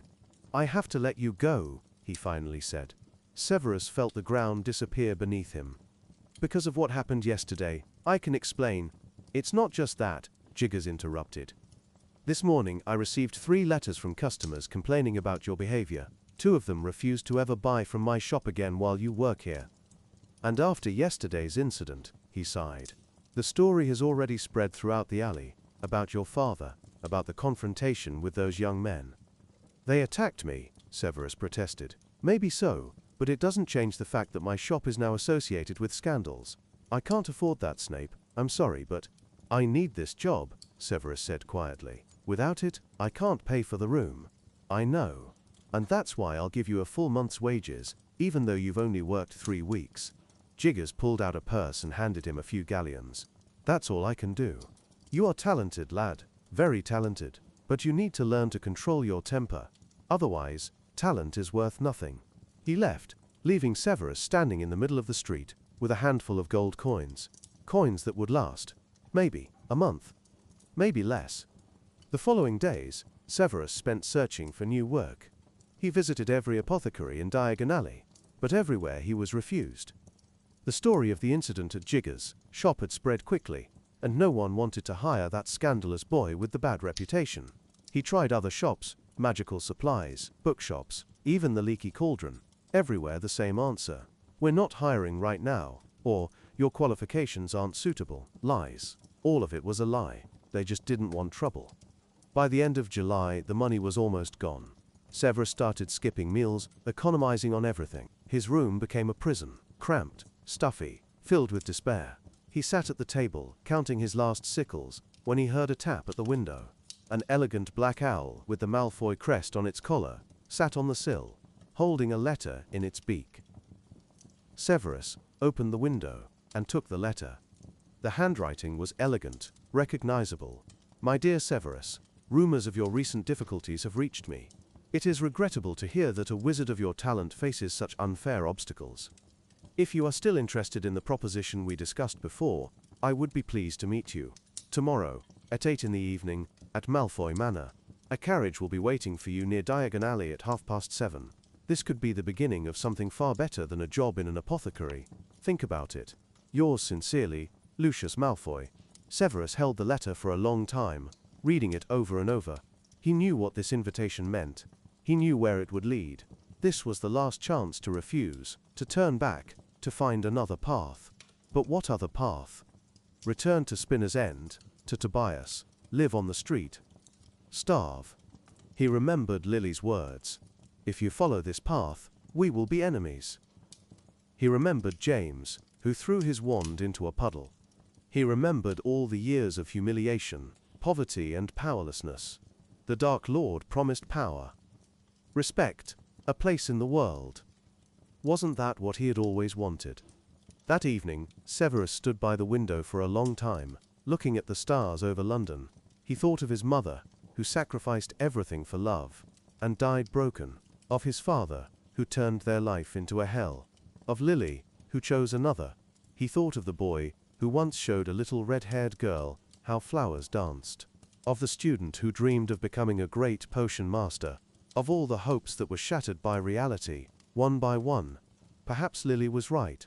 Perhaps that boy truly was dead. Perhaps it was time for someone else to be born. Someone stronger. Someone no one could ever humiliate again. The next evening at 7:30, Severus stood near the entrance to Diagon Alley. He wore the only decent robe he owned, a little worn, but clean and pressed. His wand was in his pocket, his last few sickles in his purse. The carriage appeared exactly on time. An elegant black coach drawn by 2 black horses. No, not horses, thestrals. Severus could see them now, after his mother's death. The skeletal, bat-winged creatures stood quietly, waiting. The carriage door opened by itself. Inside, it was empty, but a note lay on the seat. Enter. The carriage knows the way. Severus got in, and the door closed. The carriage moved smoothly, silently. He watched out the window as London fell behind, as fields, forests, and distant hills appeared.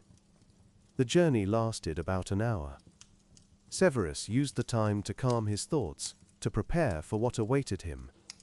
He didn't know exactly what would happen tonight, but he knew this. After this night, his life would never be the same.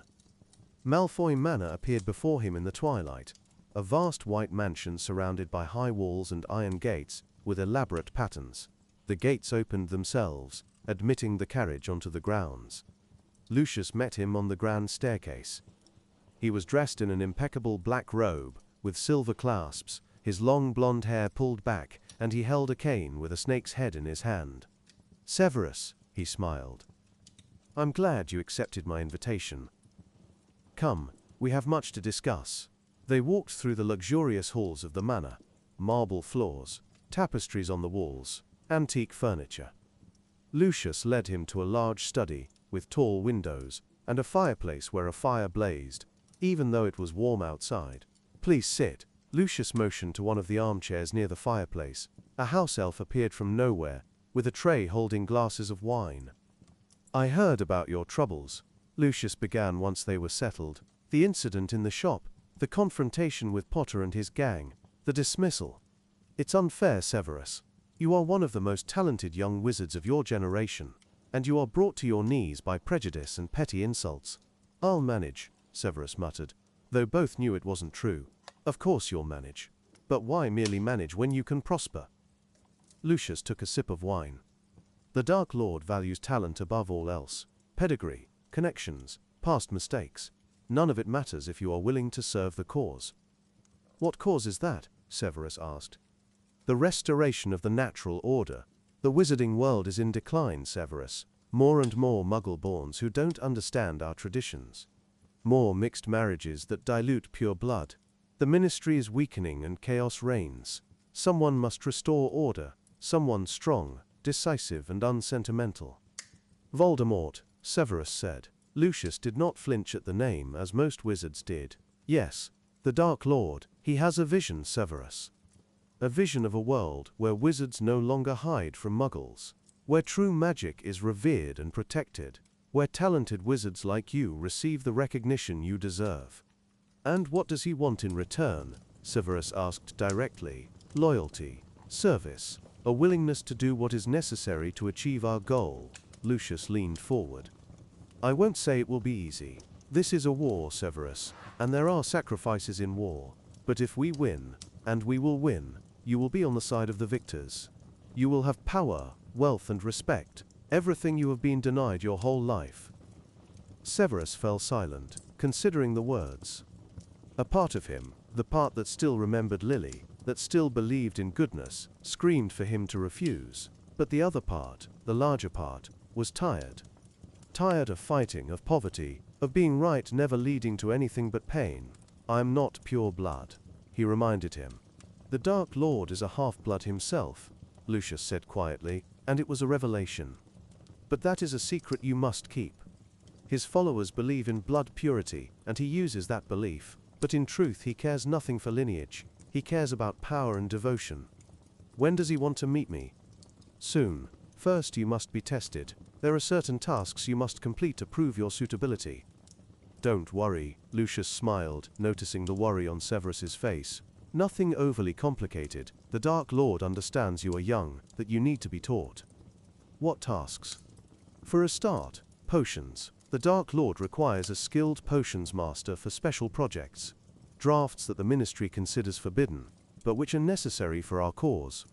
Can you brew them? Severus nodded slowly. He had brewed forbidden potions even at Hogwarts, experimenting in the laboratory. This was the area of magic where he truly excelled. Good. Then you will stay here tonight. Tomorrow, I will show you the laboratory and the list of what is needed. For now, Lucius stood up. Rest. A house elf will show you to your room. Welcome to our circle, Severus Snape. Welcome to the future. Severus stood up, feeling the reality of the decision he had just made wash over him in a wave. He had crossed the line. He had said, yes. There was no going back now. That night, he lay in the luxurious room at Malfoy Manor, in a bed with silk sheets, under a painted ceiling, surrounded by wealth he could only dream of. But sleep wouldn't come. He thought of Lily, of what she had said. We will be enemies. He thought of Dumbledore and his words. My doors are always open. He thought of the boy who once believed in magic as something beautiful, not as a weapon. But that boy was dead. Killed by years of humiliation, poverty, and loneliness. Killed by that moment by the lake, when one word destroyed everything he loved. Killed by James Potter, when he threw his wand into a puddle. Killed by Tobias with every blow, every drunken scream. Now, only Severus Snape remained, the future Death Eater, the Dark Lord's potions master, the one who chose the darkness because the light had rejected him. He got out of bed and walked to the window. The moon illuminated the gardens of Malfoy Manor, perfect, manicured, beautiful, so different from the dirty streets of Spinner's End. Here, he could have a life.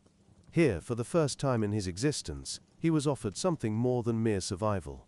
The price, his soul, his conscience, his last hope of ever winning Lily back. But can you lose what is already lost? Severus Snape looked at the moon and accepted his fate.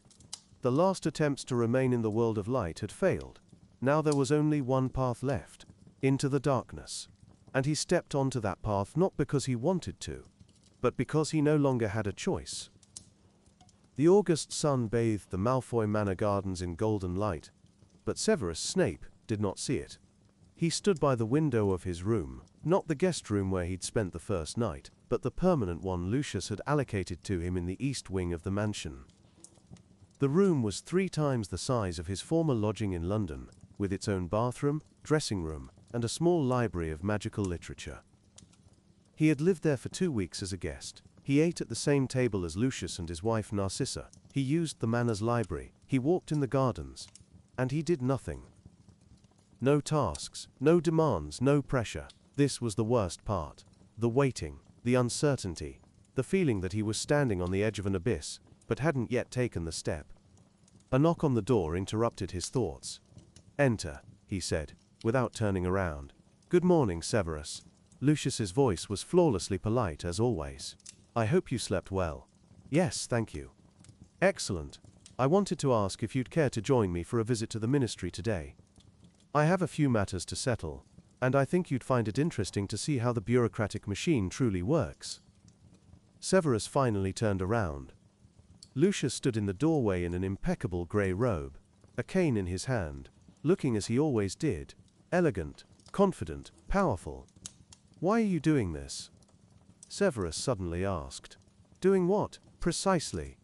Lucius raised an eyebrow. This, all of this, giving me a home, food, demanding nothing in return.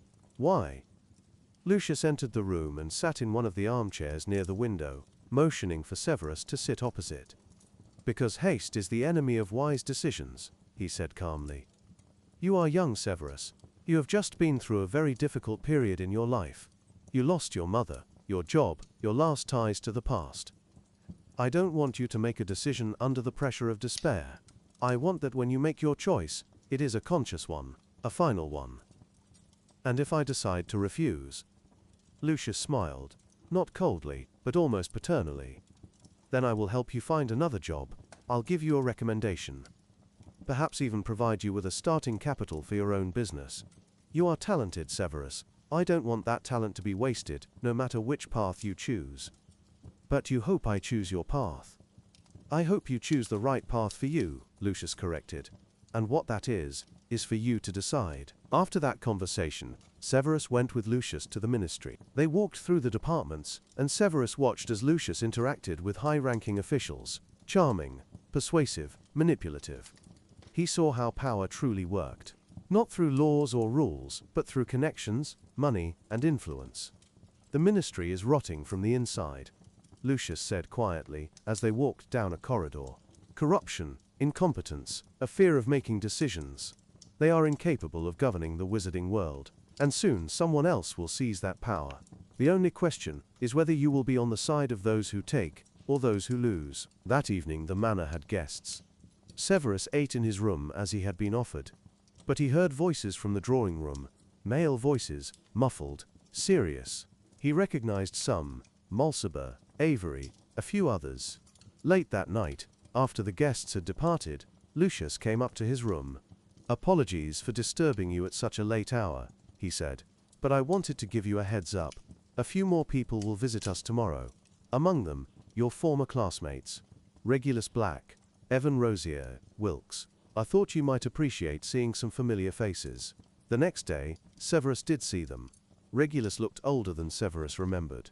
Some hidden anxiety had appeared on his face, one that didn't vanish even when he smiled. Evan and Wilkes, conversely, shone with confidence and enthusiasm. They sat in the garden under an old oak, drinking elfin wine, and spoke about the future. "You made the right choice, Snape," Evan said, leaning back on the bench. "Coming here, accepting Lucius's offer. It's a chance of a lifetime." "I haven't accepted anything yet," Severus countered. "But you're here, that's something," Wilkes interjected. "Do you know how many young wizards dream of such an opportunity? To be noticed by Lucius Malfoy, to be invited into the circle." "What circle?" Severus interrupted. The three exchanged glances. Regulus spoke first. "The circle of those who are building a new future. The Dark Lord.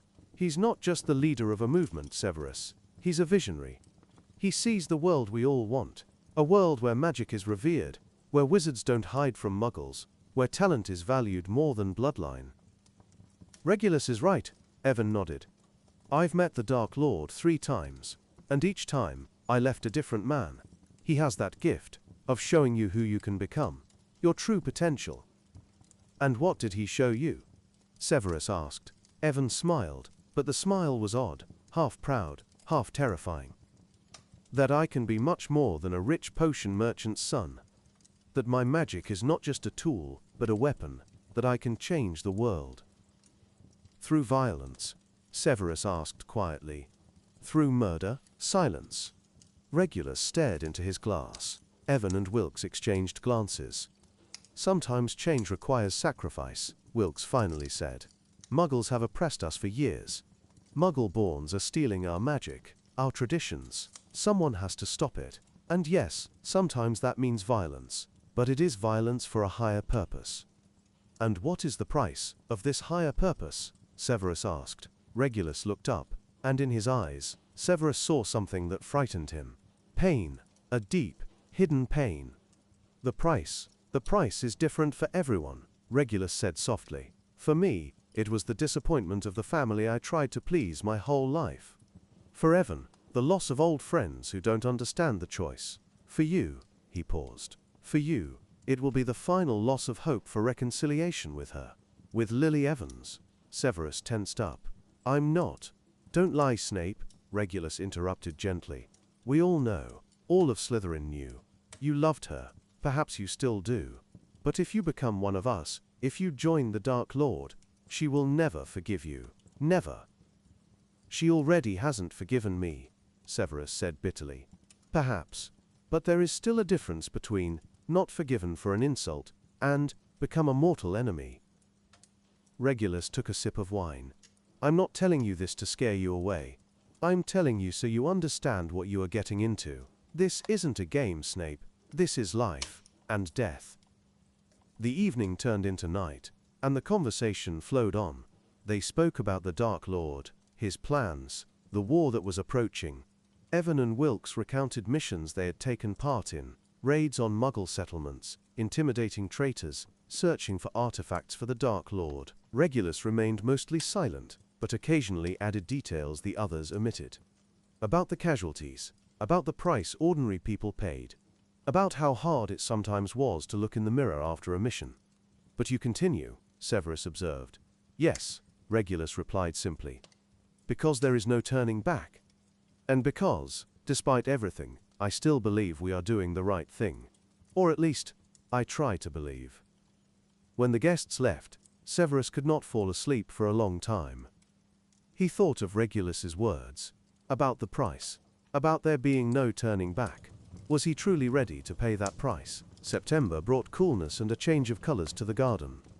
The leaves on the trees began to yellow, and mornings grew foggy. Severus established a routine, waking early, having breakfast, spending hours in the library, studying the ancient tomes on dark arts that Lucius had allowed him to read. The books were both fascinating and horrifying, spells that could break a mind, rituals that required human sacrifice, potions that granted power at the cost of one's own life. As he read, he felt something inside him simultaneously revolt and be captivated. One day, Narcissa Malfoy found him in the library, absorbed in an old folio on blood curses. "Severus," she said softly. Her voice resembled her sister Bellatrix's, but without the touch of madness. "May I speak with you?" He stood up, feeling a little awkward. Narcissa had always been polite, but distant, and he wasn't sure what she thought of his presence in their home. "Of course, Miss Malfoy. Please sit." She sat opposite him. She wore an elegant blue robe, her blonde hair arranged in an elaborate updo. She looked like a portrait of an aristocrat. "I want you to know, you always have a choice." Severus looked at her in surprise. "I know Lucius has offered you to join the cause. And I know you are hesitating. That is right. It is a decision that will change your entire life." She paused. "My sister, Bellatrix, joined the Dark Lord years ago. She is more devoted to him than to her own husband. More than to family. It changed her, not for the better." "Then why do you allow Lucius?" "Because Lucius is a grown man who makes his own decisions. And because I love him, despite those decisions." She looked him in the eye. "But you, Severus, you are so young. Barely 18. You have your whole life ahead of you. And I don't want you to throw it away out of despair or anger." "And what if it's not despair?" Severus asked quietly. "What if it's conviction?" "Then nothing will stop you." She smiled sadly. "But be sure it is truly conviction, and not just pain masquerading as a purpose." She left, leaving him alone with his thoughts. Pain masquerading as a purpose. The words stuck in his mind. October was a month of waiting. Lucius occasionally traveled somewhere for a few days without explanation. When he returned, he was pensive and tense. A big event was approaching, Severus could feel it. One evening, as they sat in the study, Lucius finally spoke about it. "The Dark Lord is planning a major operation in November," he said, pouring them both a whiskey. "Something that will demonstrate our strength to the ministry. After that, everything will change. The war, which is now smoldering, will erupt into a full flame." "And what do you want from me?" Severus asked. "Nothing yet. You are not ready for active participation, but soon you will have to decide. To be with me, or to leave." Lucius looked at him seriously. "I cannot protect you if you remain on neutral ground. When the real war begins, there will be no neutrality." "How much time do I have?" "Until the end of the year," Lucius replied. "After that, either you are one of us, or you are against us." November arrived with rain and cold wind. Severus spent long hours wandering the gardens in the rain, thinking about the future. He felt the time pressing, the decision inevitably drawing nearer. One day he received an owl, not from Lucius, nor anyone from Slytherin, from an old Gryffindor classmate he had never been particularly friendly with. The letter was short. Snape, I don't know if you care, but I thought you ought to know. James and Lily are getting married this weekend. The ceremony will be in Godric's Hollow, at the small church on the edge of the village. I don't think they'd like it if you came, but I felt you had the right to know. Good luck to you, M. McLuggan. Severus reread the letter 3 times before it fully sank in. Wedding. They are getting married. Lily would become Lily Potter. He crumpled the letter, threw it into the fireplace, and watched the paper char and disappear. Simple. Easy. If only feelings could be burned so easily. But they could not. He didn't leave his room for 2 days. Lucius did not disturb him, as if he understood that something had happened. On the 3rd day, a Saturday, Severus left the manor early in the morning. I will return by evening, he told the house elf at the door. Mr. Snape does not wish for the carriage, the elf squeaked. No, I'll apparate myself. Godric's Hollow was a small magical village hidden from Muggle eyes. Severus apparated to the outskirts, far from the center, and walked to the church. It was morning. The ceremony was scheduled for noon, but he wanted to arrive early. He didn't know what he wanted. The church was old, stone, covered in ivy. Floral arches were already being set up by the entrance. White roses, lilies, greenery. Severus hid behind an old oak in the graveyard opposite, casting a disillusionment charm on himself. From there he could see everything, but no one could see him. The guests began to arrive around 11. Severus recognized faces. Hogwarts professors, classmates, family members.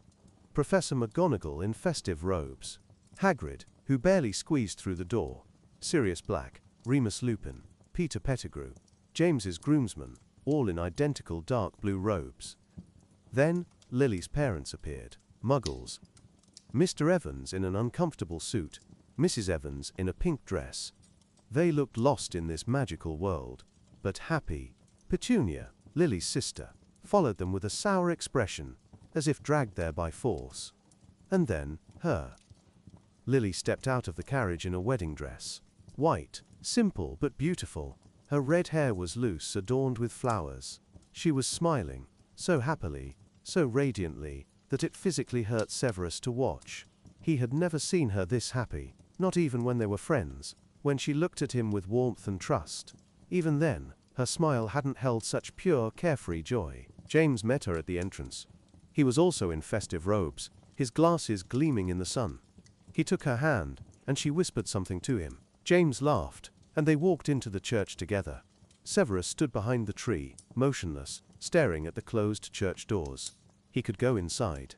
He could interrupt the ceremony. He could what? What could he do? She had made her choice, long ago. And he had made his choice by accepting Lucius's invitation, by living in Malfoy Manor, by reading books on the dark arts. The bells began to toll, announcing the start of the ceremony. Severus imagined what was happening inside. The vows, the rings, the kiss, the applause. Time stretched unbearably slowly. He stood, rooted to the spot, unable to leave, yet unable to approach. An hour. 2. The ceremony ended, and the guests began to emerge. Laughter, congratulations, hugs, and then they came out, James and Lily Potter, husband and wife. Hand in hand, smiling, surrounded by friends and family. Severus watched them walk towards the carriage, decorated with flowers and ribbons. He watched James help Lily inside, watched her toss the bouquet which was caught by a Gryffindor girl. He watched the carriage pull away, the guests waving after them. And suddenly, Lily looked back. For a moment, just a brief moment, her gaze stopped at the tree where Severus stood. Did she see him through the charm? Or did she just happen to look that way? Her smile wavered, something flashed in her green eyes. Sadness, regret. And then the carriage turned the corner and she vanished. Severus stood motionless, long after all the guests had left, after the church was empty, after the sun began to set. He stood, feeling something die inside him. Completely. Irrevocably. The last hope. The last thread that tied him to the light. It had snapped. When he returned to Malfoy Manor, it was already dark. Lucius was sitting in the study with a glass of wine, as if he had been waiting for him. "Where have you been?" he asked without judgment, merely curious. At a wedding, Severus replied, his voice strangely empty. Whose? Lily Evans's. Now Lily Potter. Lucius silently filled a second glass and handed it to him. Severus drank it in a single gulp. I'm sorry, Lucius said softly, and he sounded sincere. Don't be. Severus set down the glass. It was necessary, to see it, to finally understand.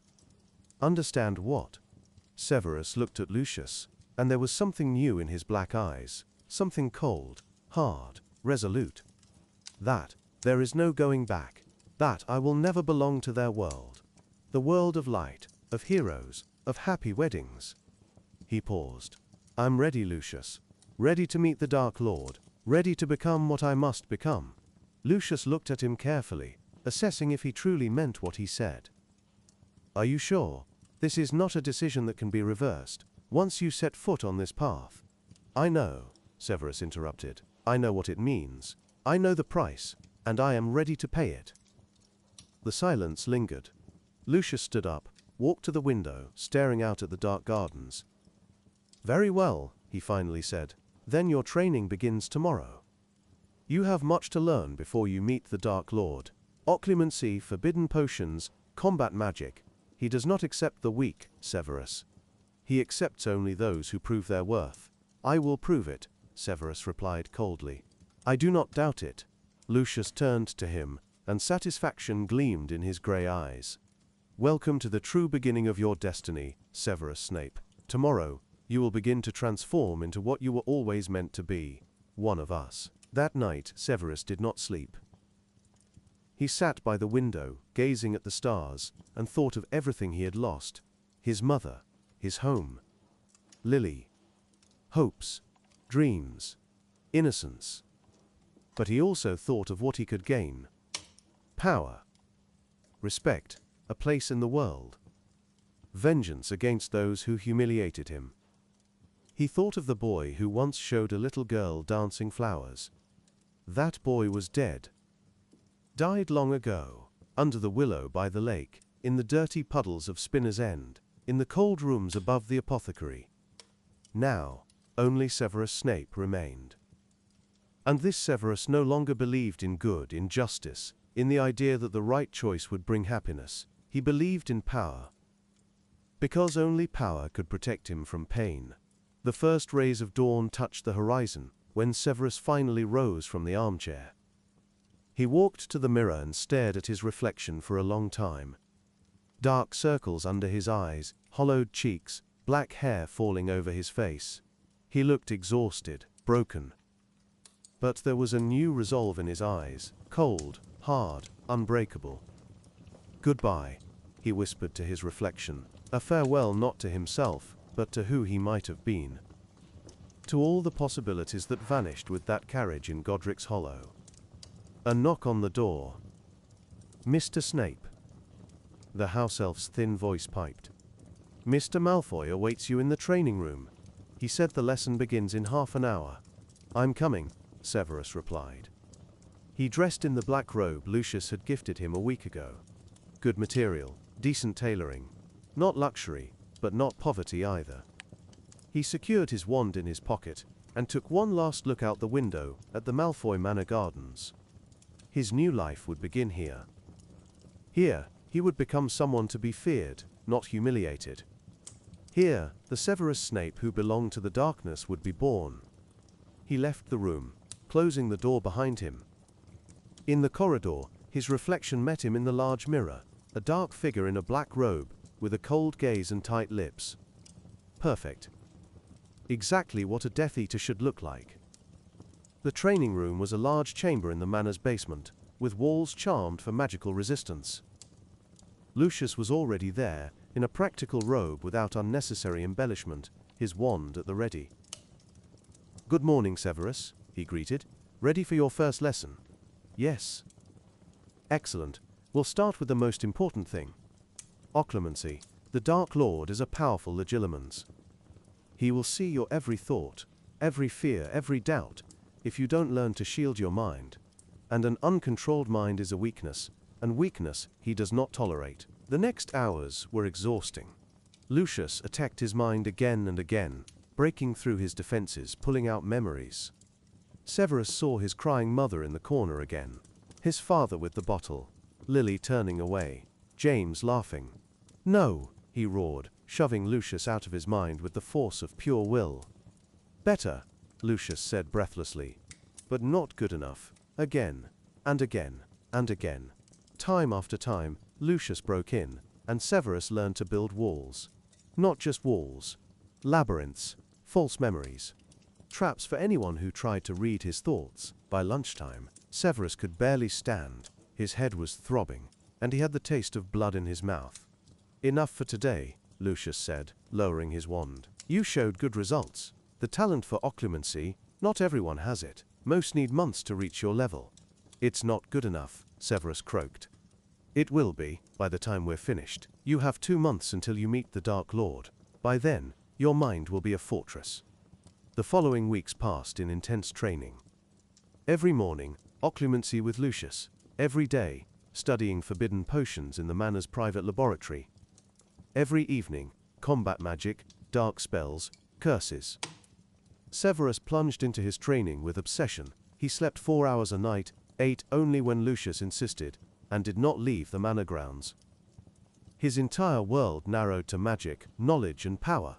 Lucius watched him, with a mixture of satisfaction and concern. "You work too hard, Severus," he said one evening when he found him in the laboratory at 3 in the morning, hunched over a cauldron. "Even the strongest need rest." "I will rest when I am ready," Severus replied without looking up. "Ready for what? To meet the Dark Lord. You are almost ready. Your occlumency is impressive, your potions flawless." "To allow no one to humiliate me again," Severus interrupted, finally looking at Lucius. "To become so strong that the mere mention of my name will evoke fear." Lucius nodded silently, understanding.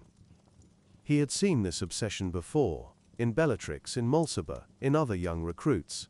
An obsession born of pain, turning into a hunger for power.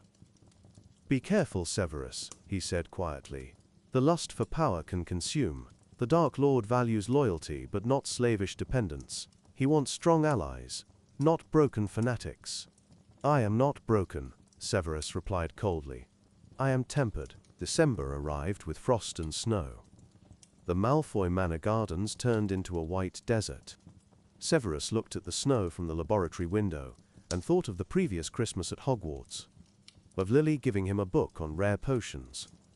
Of them sitting in the library planning the future. How naive he had been then. One evening guests came to the manor. Severus heard voices from the drawing room. Many voices. Lucius asked him to come down. About 20 men and women were gathered in the great hall. Severus recognized some: Mulciber, Avery, Regulus Black, Evan Rosier. Others he saw for the first time. They all shared a common look. Cold eyes, confident postures, a barely perceptible aura of dark magic. "Gentlemen, ladies," Lucius raised a hand, calling for silence. "Allow me to introduce Severus Snape. Some of you know him from Hogwarts. Others have heard of his talents from me. He is young, but extremely gifted, and he is ready to join our circle." Eyes settled on Severus, assessing, skeptical, curious. He endured them without looking away, maintaining his occlumency shield at maximum. "Snape," Mulciber drawled, stepping closer. "Heard you almost killed Sirius Black with that spell you invented yourself. Impressive. Will you show it to us?" "That spell is for enemies, not for show," Severus replied coldly. A few people smiled. Mulciber frowned but nodded with respect. "The correct answer. One doesn't demonstrate a weapon to allies. One keeps it secret until the right moment." Bellatrix Lestrange, whom Severus remembered as a Slytherin prefect, approached him. Her dark eyes gleamed with a touch of madness. "Heard much about you, Snape. Lucius cannot praise your talents enough." She leaned closer. "But talent is not enough. The Dark Lord demands devotion. Absolute, unquestioning devotion. Are you prepared to give it?" "Yes," Severus replied without hesitation. "Even if he orders you to kill someone you know, someone you once loved?" Severus knew whom she was talking about. Lily. He met Bellatrix's gaze and did not look away. "If the Dark Lord commands it, I will obey." A lie. He knew it was a lie. A part of him still screamed that he could never, under any circumstances, hurt Lily, but the other part, the one born in Godric's Hollow, watching her wedding, did not care. Bellatrix smiled, satisfied. We shall see. The Dark Lord sees the truth in hearts. Lying to him is impossible. Severus spent the rest of the evening mingling with his future colleagues. They talked about missions, battles with Aurors, and the Dark Lord's plans. He listened, memorized, and learned. When the guests left, Regulus lingered, waiting for Severus by the door. "Can we talk?" he asked quietly. They walked out into the garden, despite the frost. Regulus looked even thinner than he had in the autumn. His face was pale, with dark circles under his eyes. "Are you really ready for this?" he asked without preamble. "Why does everyone ask me that?" Severus replied irritably. "Because we see ourselves in you, young, naive, convinced that the dark path will give us what we want." Regulus looked at the sky. "I thought so too. I thought that by serving the Dark Lord, I would finally become a worthy son of the Black family. That mother would finally be proud of me, instead of Sirius the traitor. And she is proud, but the price," he trailed off. "There are things he makes us do, things that no potion can wash away, no charm can erase from memory."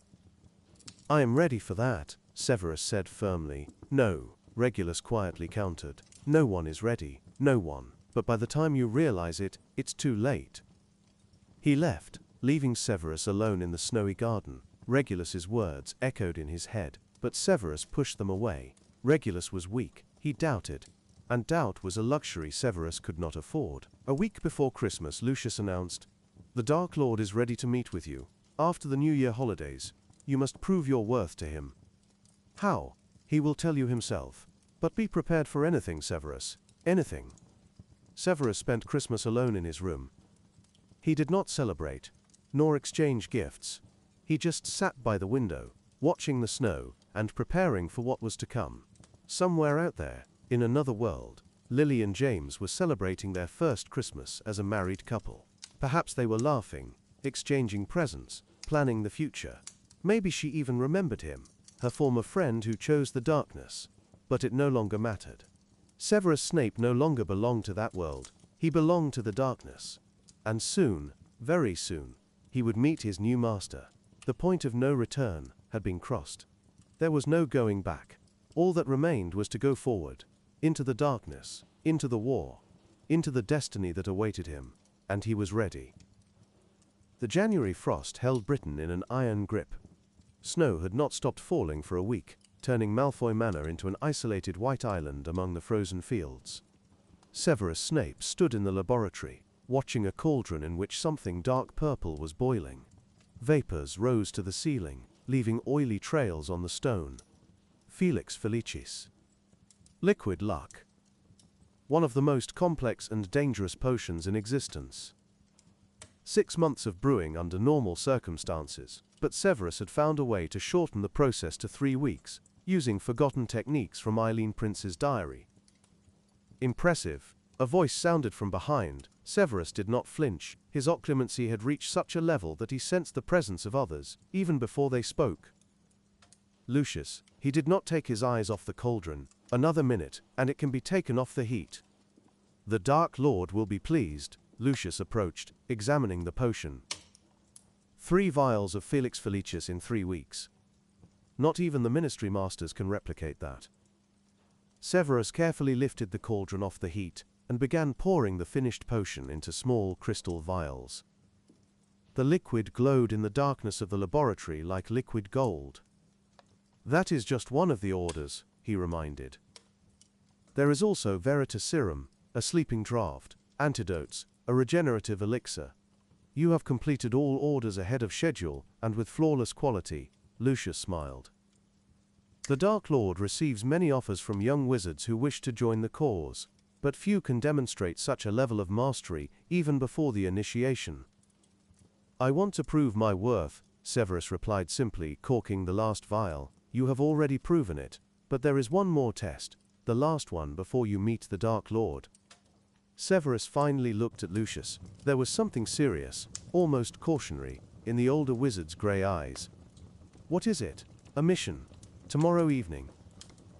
You will go with Avery and Mulciber. It will be," Lucius paused, choosing his words, "a demonstration of your dedication. The Dark Lord wants to see that you are ready to do what is necessary for the cause." "What exactly must I do?" "You will find out tomorrow. Prepare yourself, and Severus."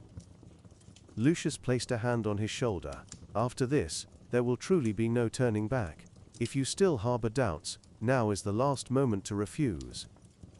Severus looked at the vials of Felix Felicis standing on the table, then at his hands, thin, scarred from accidental burns, trembling with fatigue after long hours of work. "There are no doubts," he said. Lucius nodded and left, leaving Severus alone with his potions and thoughts. The next day, Severus spent in his room, preparing for the mission. He checked his wand, made sure all defensive charms were in place, and rehearsed combat spells in his mind. But most of all, he prepared his mind. Occlumency was now his second nature. Walls, labyrinths, false memories. He could summon it all instantly, instinctively. But this evening he needed something more. He needed coldness, detachment, the ability to do what was necessary without feeling. They came for him at 8 in the evening. Avery and Mulciber stood in the drawing room, dressed in dark traveling robes and masks. Death Eater masks, silver, with eye slits that gave them the look of phantoms. "Snape," Avery greeted him. His voice was muffled by the mask. "Ready?" "Yes." "Then put this on."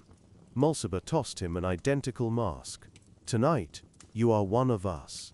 Temporarily for now, but if all goes well." Severus put on the mask.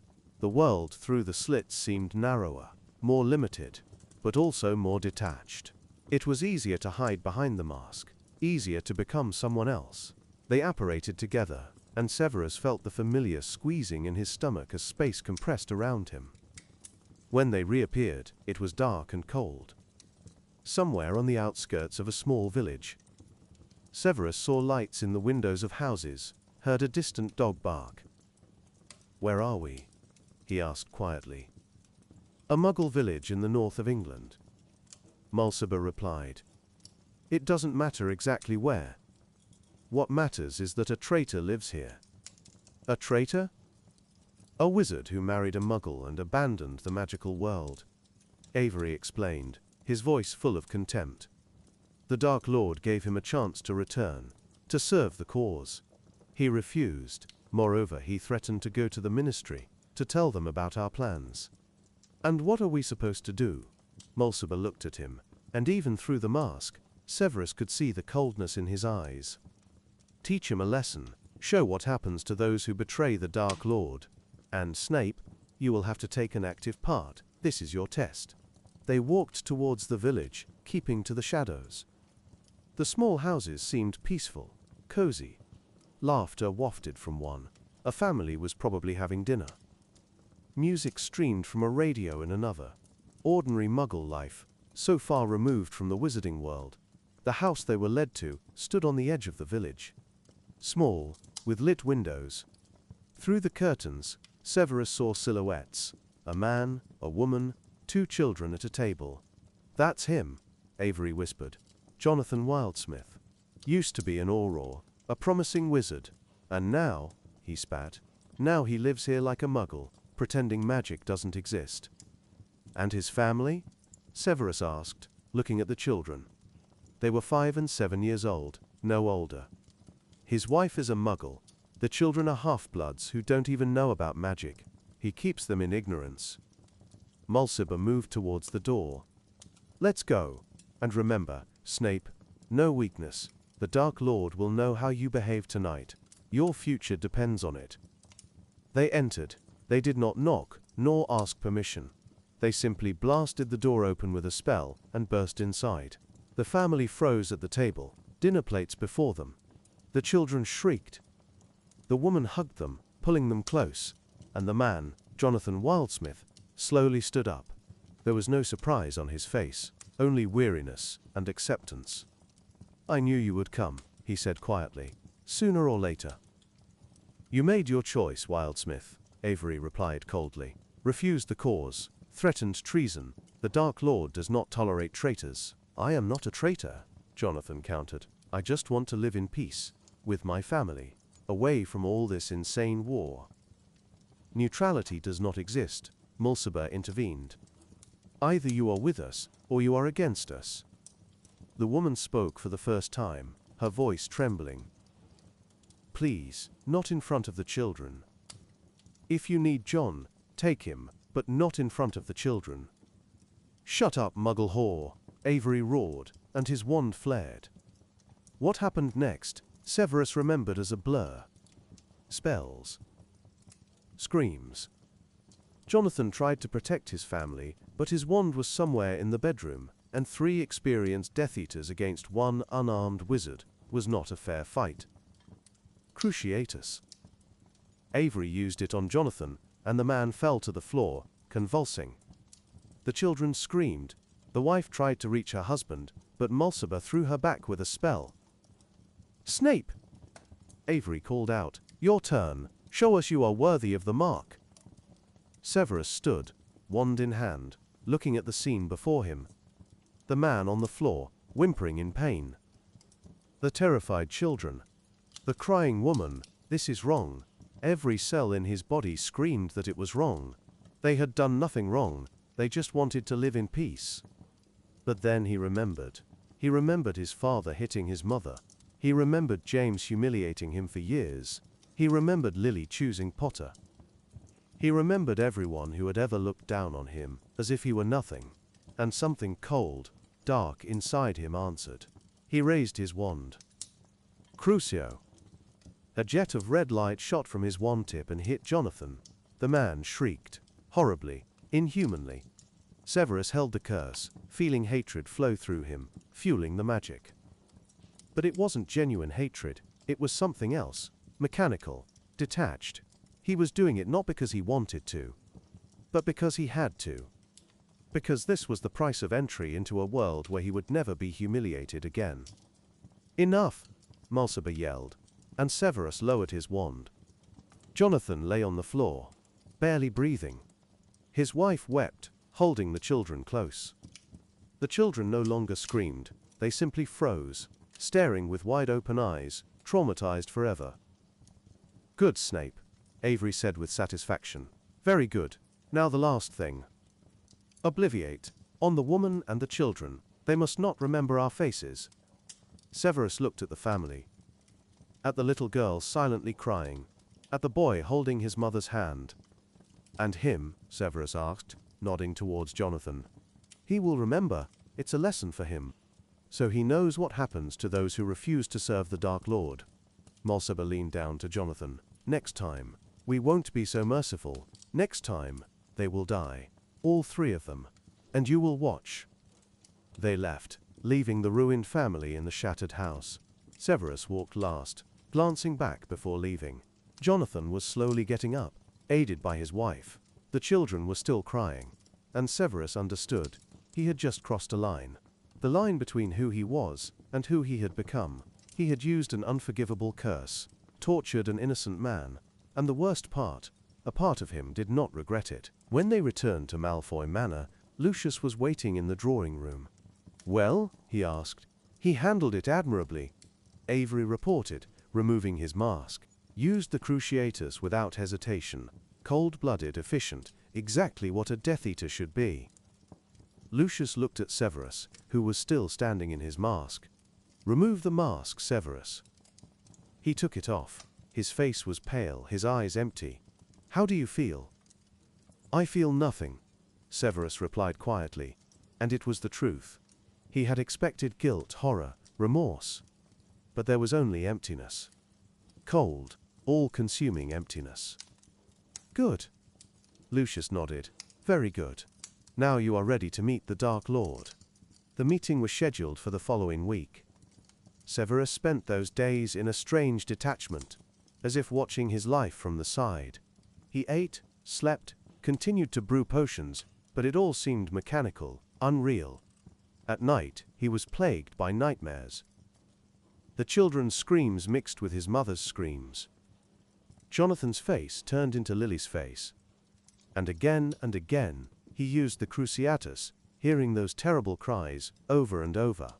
But during the day, in the light, he hid it deep inside, behind the walls of occlumency, behind the cold indifference he had learned to wear like armor. On the 10th of January, a cold evening with the moon hidden behind clouds, Lucius came for him. "It is time," he said. "The Dark Lord is waiting." They apparated to a place Severus did not recognize. An old, abandoned mansion somewhere in a deep forest. The windows were dark, but Severus felt the magic, powerful, dark, ancient magic that pulsed in the air. "Riddle House," Lucius explained softly. "One of the estates the Dark Lord uses for meetings. Listen closely, Severus. When you enter, lower your occlumency. He will see the truth anyway, and resistance will only anger him. Allow him to read your thoughts. Allow him to see your dedication. What if he sees my doubts? Everyone has doubts, but what matters is not the absence of doubt, but the willingness to act despite it. He will see what you did yesterday, and he will understand that you are prepared to do what is necessary." They entered. Inside, it was dark and cold, as if the heating hadn't worked for years. A long corridor led to a great hall where a fireplace roared. Figures in masks stood around it, Death Eaters who had come to witness the initiation of a new member.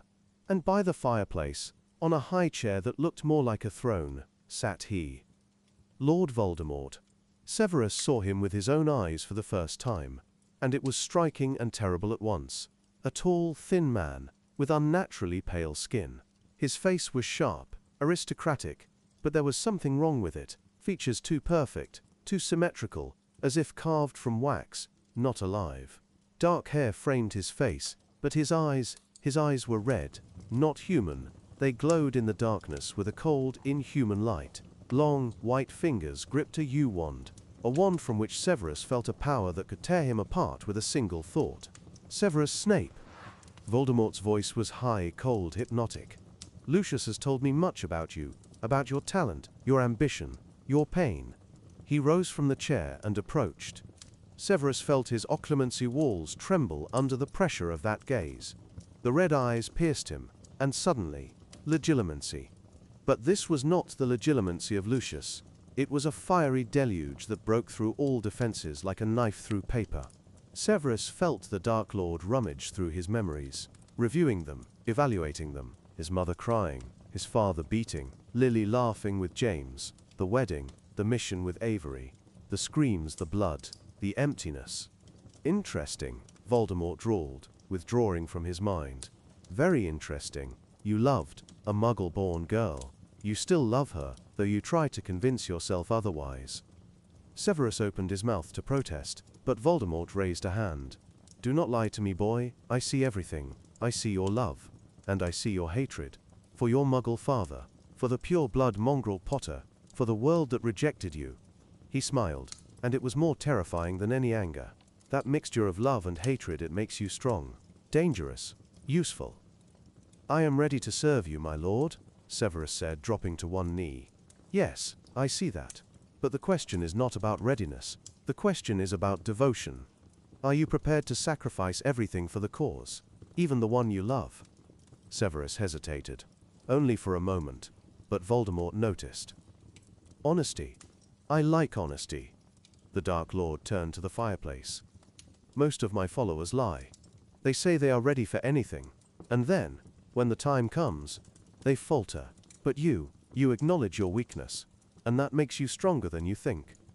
He turned back, his wand pointed at Severus. "I will give you a task. A difficult task. If you succeed, you will become one of mine. If not—" He did not finish, but the threat hung in the air. "What is the task, my lord?" "There is a Muggle factory in South London. It manufactures weapons for the British Army. I want it to disappear. You will go there with Mulciber and Rosier, and you will destroy it. There will be people there," Severus said quietly. "Yes, Muggles. They are worth nothing. But if your conscience troubles you," he leaned closer, "then do it at night, when only the guards are there. I do not demand a massacre. I demand a demonstration of power." A week passed before the mission was scheduled. Severus spent those days preparing. He studied the factory plans that Mulciber had obtained through his ministry connections. He prepared potions that could be used for destruction. He practiced combat spells. But most of all, he prepared himself mentally. He knew the guards were people. Muggles, yes, but people. And if they tried to stop them, he would have to. He did not allow himself to complete that thought. On the 25th of January, at 3 in the morning, the three of them apparated to the factory, a huge brick complex surrounded by a fence. Severus saw the guards, 2 at the main gate, several more patrolling the grounds. Quick and effective, Malfoy said. Neutralize the guards, set the explosive potions, get out, 15 minutes maximum. They moved like ghosts. The disillusionment charms made them almost invisible. The first 2 guards were incapacitated by Malfoy and Rosier, stunned before they could scream. But the third one was more vigilant. He noticed a movement, pulled out a whistle. The piercing sound broke the silence of the night. Blast it, Rosier cursed. Snape, go after him! Severus rushed after the guard who was running towards the building. The man was fast, but magic was faster. Stupefy! A jet of red light hit the guard in the back, and he fell. Severus caught up to him, flipping him onto his back. A young man, about 25. His eyes wide with fear. Please, he croaked, trying to reach another whistle on his belt. I have a wife, a child. Severus froze. He saw the wedding ring on the man's finger. He imagined his wife waiting at home. The child, who would never see his father if... Snape! Malfoy yelled from a distance. What are you doing? Finish him! But Severus could not. He couldn't kill this man for simply doing his job, feeding his family. Obliviate, he whispered, pointing his wand at the man. The memories of the last few minutes vanished. Somnus. The guard fell asleep. Severus dragged him to a safe place, away from the building. What have you done? Malfoy hissed when Severus returned. I said finish him. He remembers nothing. He will wake up in an hour and won't be able to tell anything. Severus replied coldly. The Dark Lord wanted a demonstration of power, not senseless murder. Malfoy wanted to say something, but Rogier intervened. He's right. Let's go. The clock is ticking. They planted the vials of explosive potion which Severus had prepared throughout the factory. When they finished, they had only 2 minutes until detonation. They apparated to a safe spot half a mile away and watched. The explosion illuminated the night sky like a sunrise. Flames consumed the factory, the buildings collapsing one after another. Smoke rose high into the sky, visible for miles. Brilliant, Rosier smiled with satisfaction. The Dark Lord will be pleased. But Severus felt no satisfaction. He looked at the flames and thought about the guard. About his wife and child. About how close he had been to making that child an orphan. The initiation ceremony took place 2 days after the mission. Malfoy Manor was filled with Death Eaters. Severus saw dozens of figures in black robes and silver masks. They gathered in the great hall, transformed into a ceremonial chamber. Candles floated in the air, casting flickering shadows on the walls. In the center of the hall stood a pedestal, and on it lay a silver chalice with something dark inside. Lucius led Severus to the center of the circle. All eyes were fixed on them. Today, Lucius began, his voice echoing through the hall, we receive a new brother. Severus Snape has proven his worth, proven his dedication. And now he is ready to receive the mark of our Lord. The door at the end of the hall opened, and he entered. Lord Voldemort moved slowly, majestically, his robe rustling on the floor. All the Death Eaters fell to their knees. Severus did the same. Rise, Severus Snape, Voldemort commanded. Severus stood up. The red eyes looked at him, as if peering into his soul. You destroyed the factory. You executed the task flawlessly. But Lucius told me an interesting detail. You spared one of the guards. Why? The silence in the hall was absolute. Severus felt everyone waiting for his answer. One wrong word, and everything he had achieved would vanish. Because his death would have been unnecessary, my lord, he replied, looking directly into those red eyes. He was a muggle doing his job. Killing him would not have added anything to the mission but could have created unnecessary problems. He remembers nothing, can tell nothing. From a practical standpoint, he is dead to the ministry. Voldemort was silent for a long time. Too long. Then he suddenly laughed. High, cold. Practical standpoint, he turned to the assembled Death Eaters. Do you hear? The boy speaks of practicality. Most of you kill for the sake of killing. For the blood. But this one, he placed a cold hand on Severus's shoulder. This one understands that true power is not in senseless violence, but in controlled, purposeful action. He looked at Severus again. You will be useful, Severus Snape. Very useful. Your mind, your talents, your understanding of what needs to be done without losing control. All this I value. He raised his wand. Are you ready to accept the mark? To forever bind your destiny to mine? Severus thought of everything that had led him to this moment. Of his mother, who died broken. Of his Muggle father, who destroyed their family. Of Lily, whom he had lost forever. Of the years of humiliation, poverty, powerlessness. And of the promise of power, of dominance. Of a place in the world where he could never be humiliated again. Yes, my lord, he replied firmly. I am ready. Then extend your left arm. Severus extended his arm. Voldemort touched his forearm with the tip of his wand, and the world exploded in pain. It was not merely painful. It was as if molten iron was penetrating the skin, searing the mark directly onto the bone. Severus gritted his teeth, trying not to scream, but the pain was unbearable. He felt something dark, alien, entering him, coiling around his magic, binding itself to his soul. The dark mark. When Voldemort removed his wand, Severus was breathing heavily, sweat dripping from his face. He looked at his forearm. Where there had once been clean skin, a dark mark now loomed, a skull with a serpent emerging from its mouth. The mark wriggled, alive, pulsing in rhythm with his heartbeat. You are mine now, Voldemort said quietly. Forever. This mark will bind you to me. I can summon you at any time, and you will come. Understood? Yes, my lord. Good. Voldemort turned to the assembled. Hail the new sword in our arsenal. Severus Snape, the most talented potions master of his generation, is now one of us. The Death Eaters stomped their wands on the floor, creating a dull roar of approval. Severus stood in the center of the circle, clutching his arm, feeling the mark pulse, reminding him of his new status. He had done it. He had become a Death Eater. There was no turning back anymore. After the ceremony, there was a celebration. The Death Eaters removed their masks, congratulated Severus, and drank to his health. He recognized some faces. Besides Mulciber, Avery, Regulus, and other acquaintances from school, there were people from the ministry, wealthy businessmen, even a few members of the Wizengamot. Bellatrix approached him with a glass of wine. Congratulations, Snape, she said, her eyes gleaming with mad admiration. Now you are truly one of us. How does the mark feel? It hurts, Severus answered honestly. The first few days are always the worst. But you will get used to it, and then you will begin to feel it as a part of you, as a connection to something bigger, more powerful. She touched her own mark through her robe. It is an honor, Snape, to be noticed by the Dark Lord, to be chosen. Most wizards can only dream of it. Severus nodded, sipping the wine. It tasted bitter, or perhaps his own thoughts were simply making everything taste bitter. Regulus found him later, when the crowd had thinned a bit. He looked even paler than usual. So you did it, he said softly.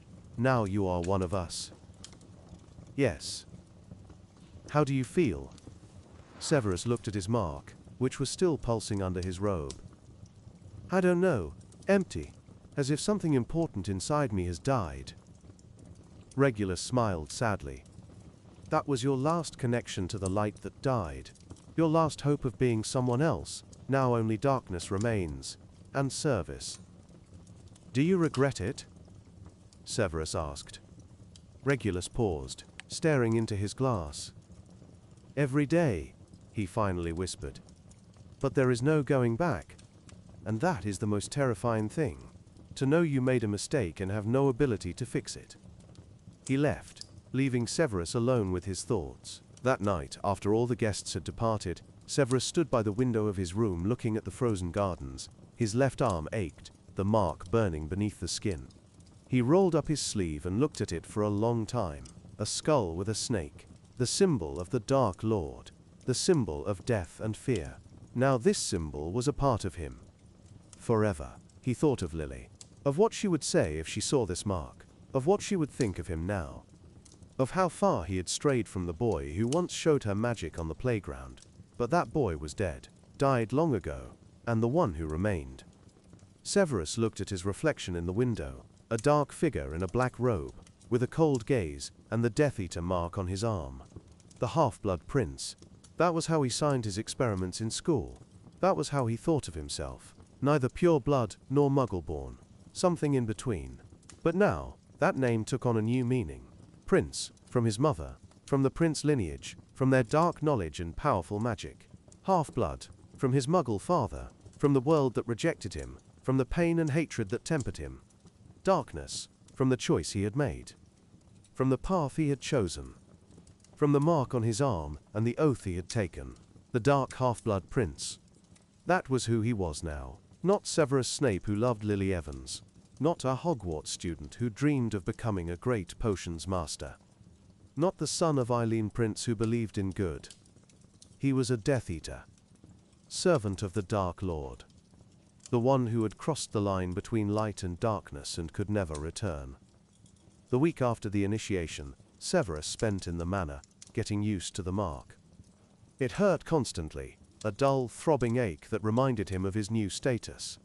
But worse than the pain was the presence. He felt it always, on the edge of his consciousness. The connection to the Dark Lord, thin as a spiderweb, but strong as steel. On the 1st of February, he was summoned for the first time. The mark suddenly flared up, as if someone had pressed a red-hot iron to it. Severus gasped, clutching his arm. The pain was so intense that for a moment he saw nothing. And then he heard the voice, not with his ears, in his head. Voldemort's cold, commanding voice. Come, now. Severus apparated to Riddle House, still clutching his burning mark. When he appeared, others were already there, about 10 Death Eaters in masks.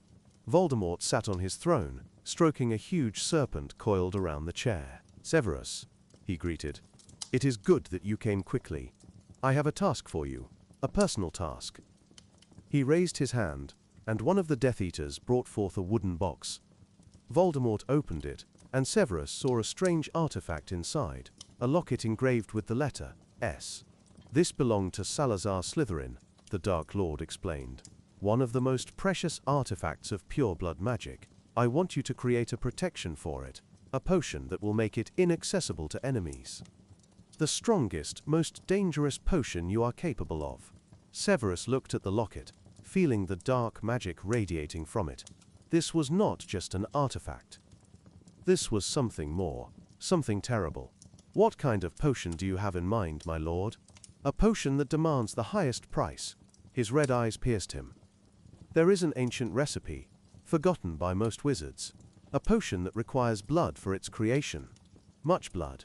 Are you capable of making it? Severus froze. Blood. He had read about such potions in the darkest books Lucius had allowed him to study. Potions that were fed by death and suffering. I am capable, my lord. He heard his own voice, as if someone else were speaking. But I will need time. And materials. Materials will be provided. You have a month. Do not fail me, Severus. This artifact is too important to our plans. When Severus returned to Malfoy Manor, he stood in the laboratory for a long time, looking at the closed box with the locket. He knew what was inside. He knew what Voldemort was asking him to do, to create a potion that demanded dark magic, not just forbidden, truly evil. This was the final line. After this, he would never be able to tell himself that he wasn't a real criminal, that he was just doing what was necessary. But he also made a promise to himself. A secret promise he would never voice aloud. If a chance ever arose, any chance, to change his choice, to correct his mistake, to return, he would take it. Despite the mark, despite the oath, despite everything. But for now, he was Severus Snape, a Death Eater, the most talented potions master in the service of the Dark Lord, the Dark Prince. And there was no turning back. At least, not yet. He walked to the laboratory window and looked at the dawn.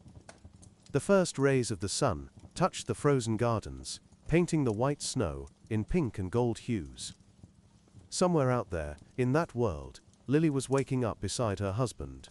Somewhere out there, people lived ordinary lives, unaware of the darkness that was approaching. And he stood here, in the dungeons of a Death Eater's manor, with the dark mark on his arm, and a terrible task ahead. Severus Snape had made his choice. Became the very thing Lily had warned him about. Crossed the line beyond which there was no return. The dark half-blood prince was born. And the world would never be the same.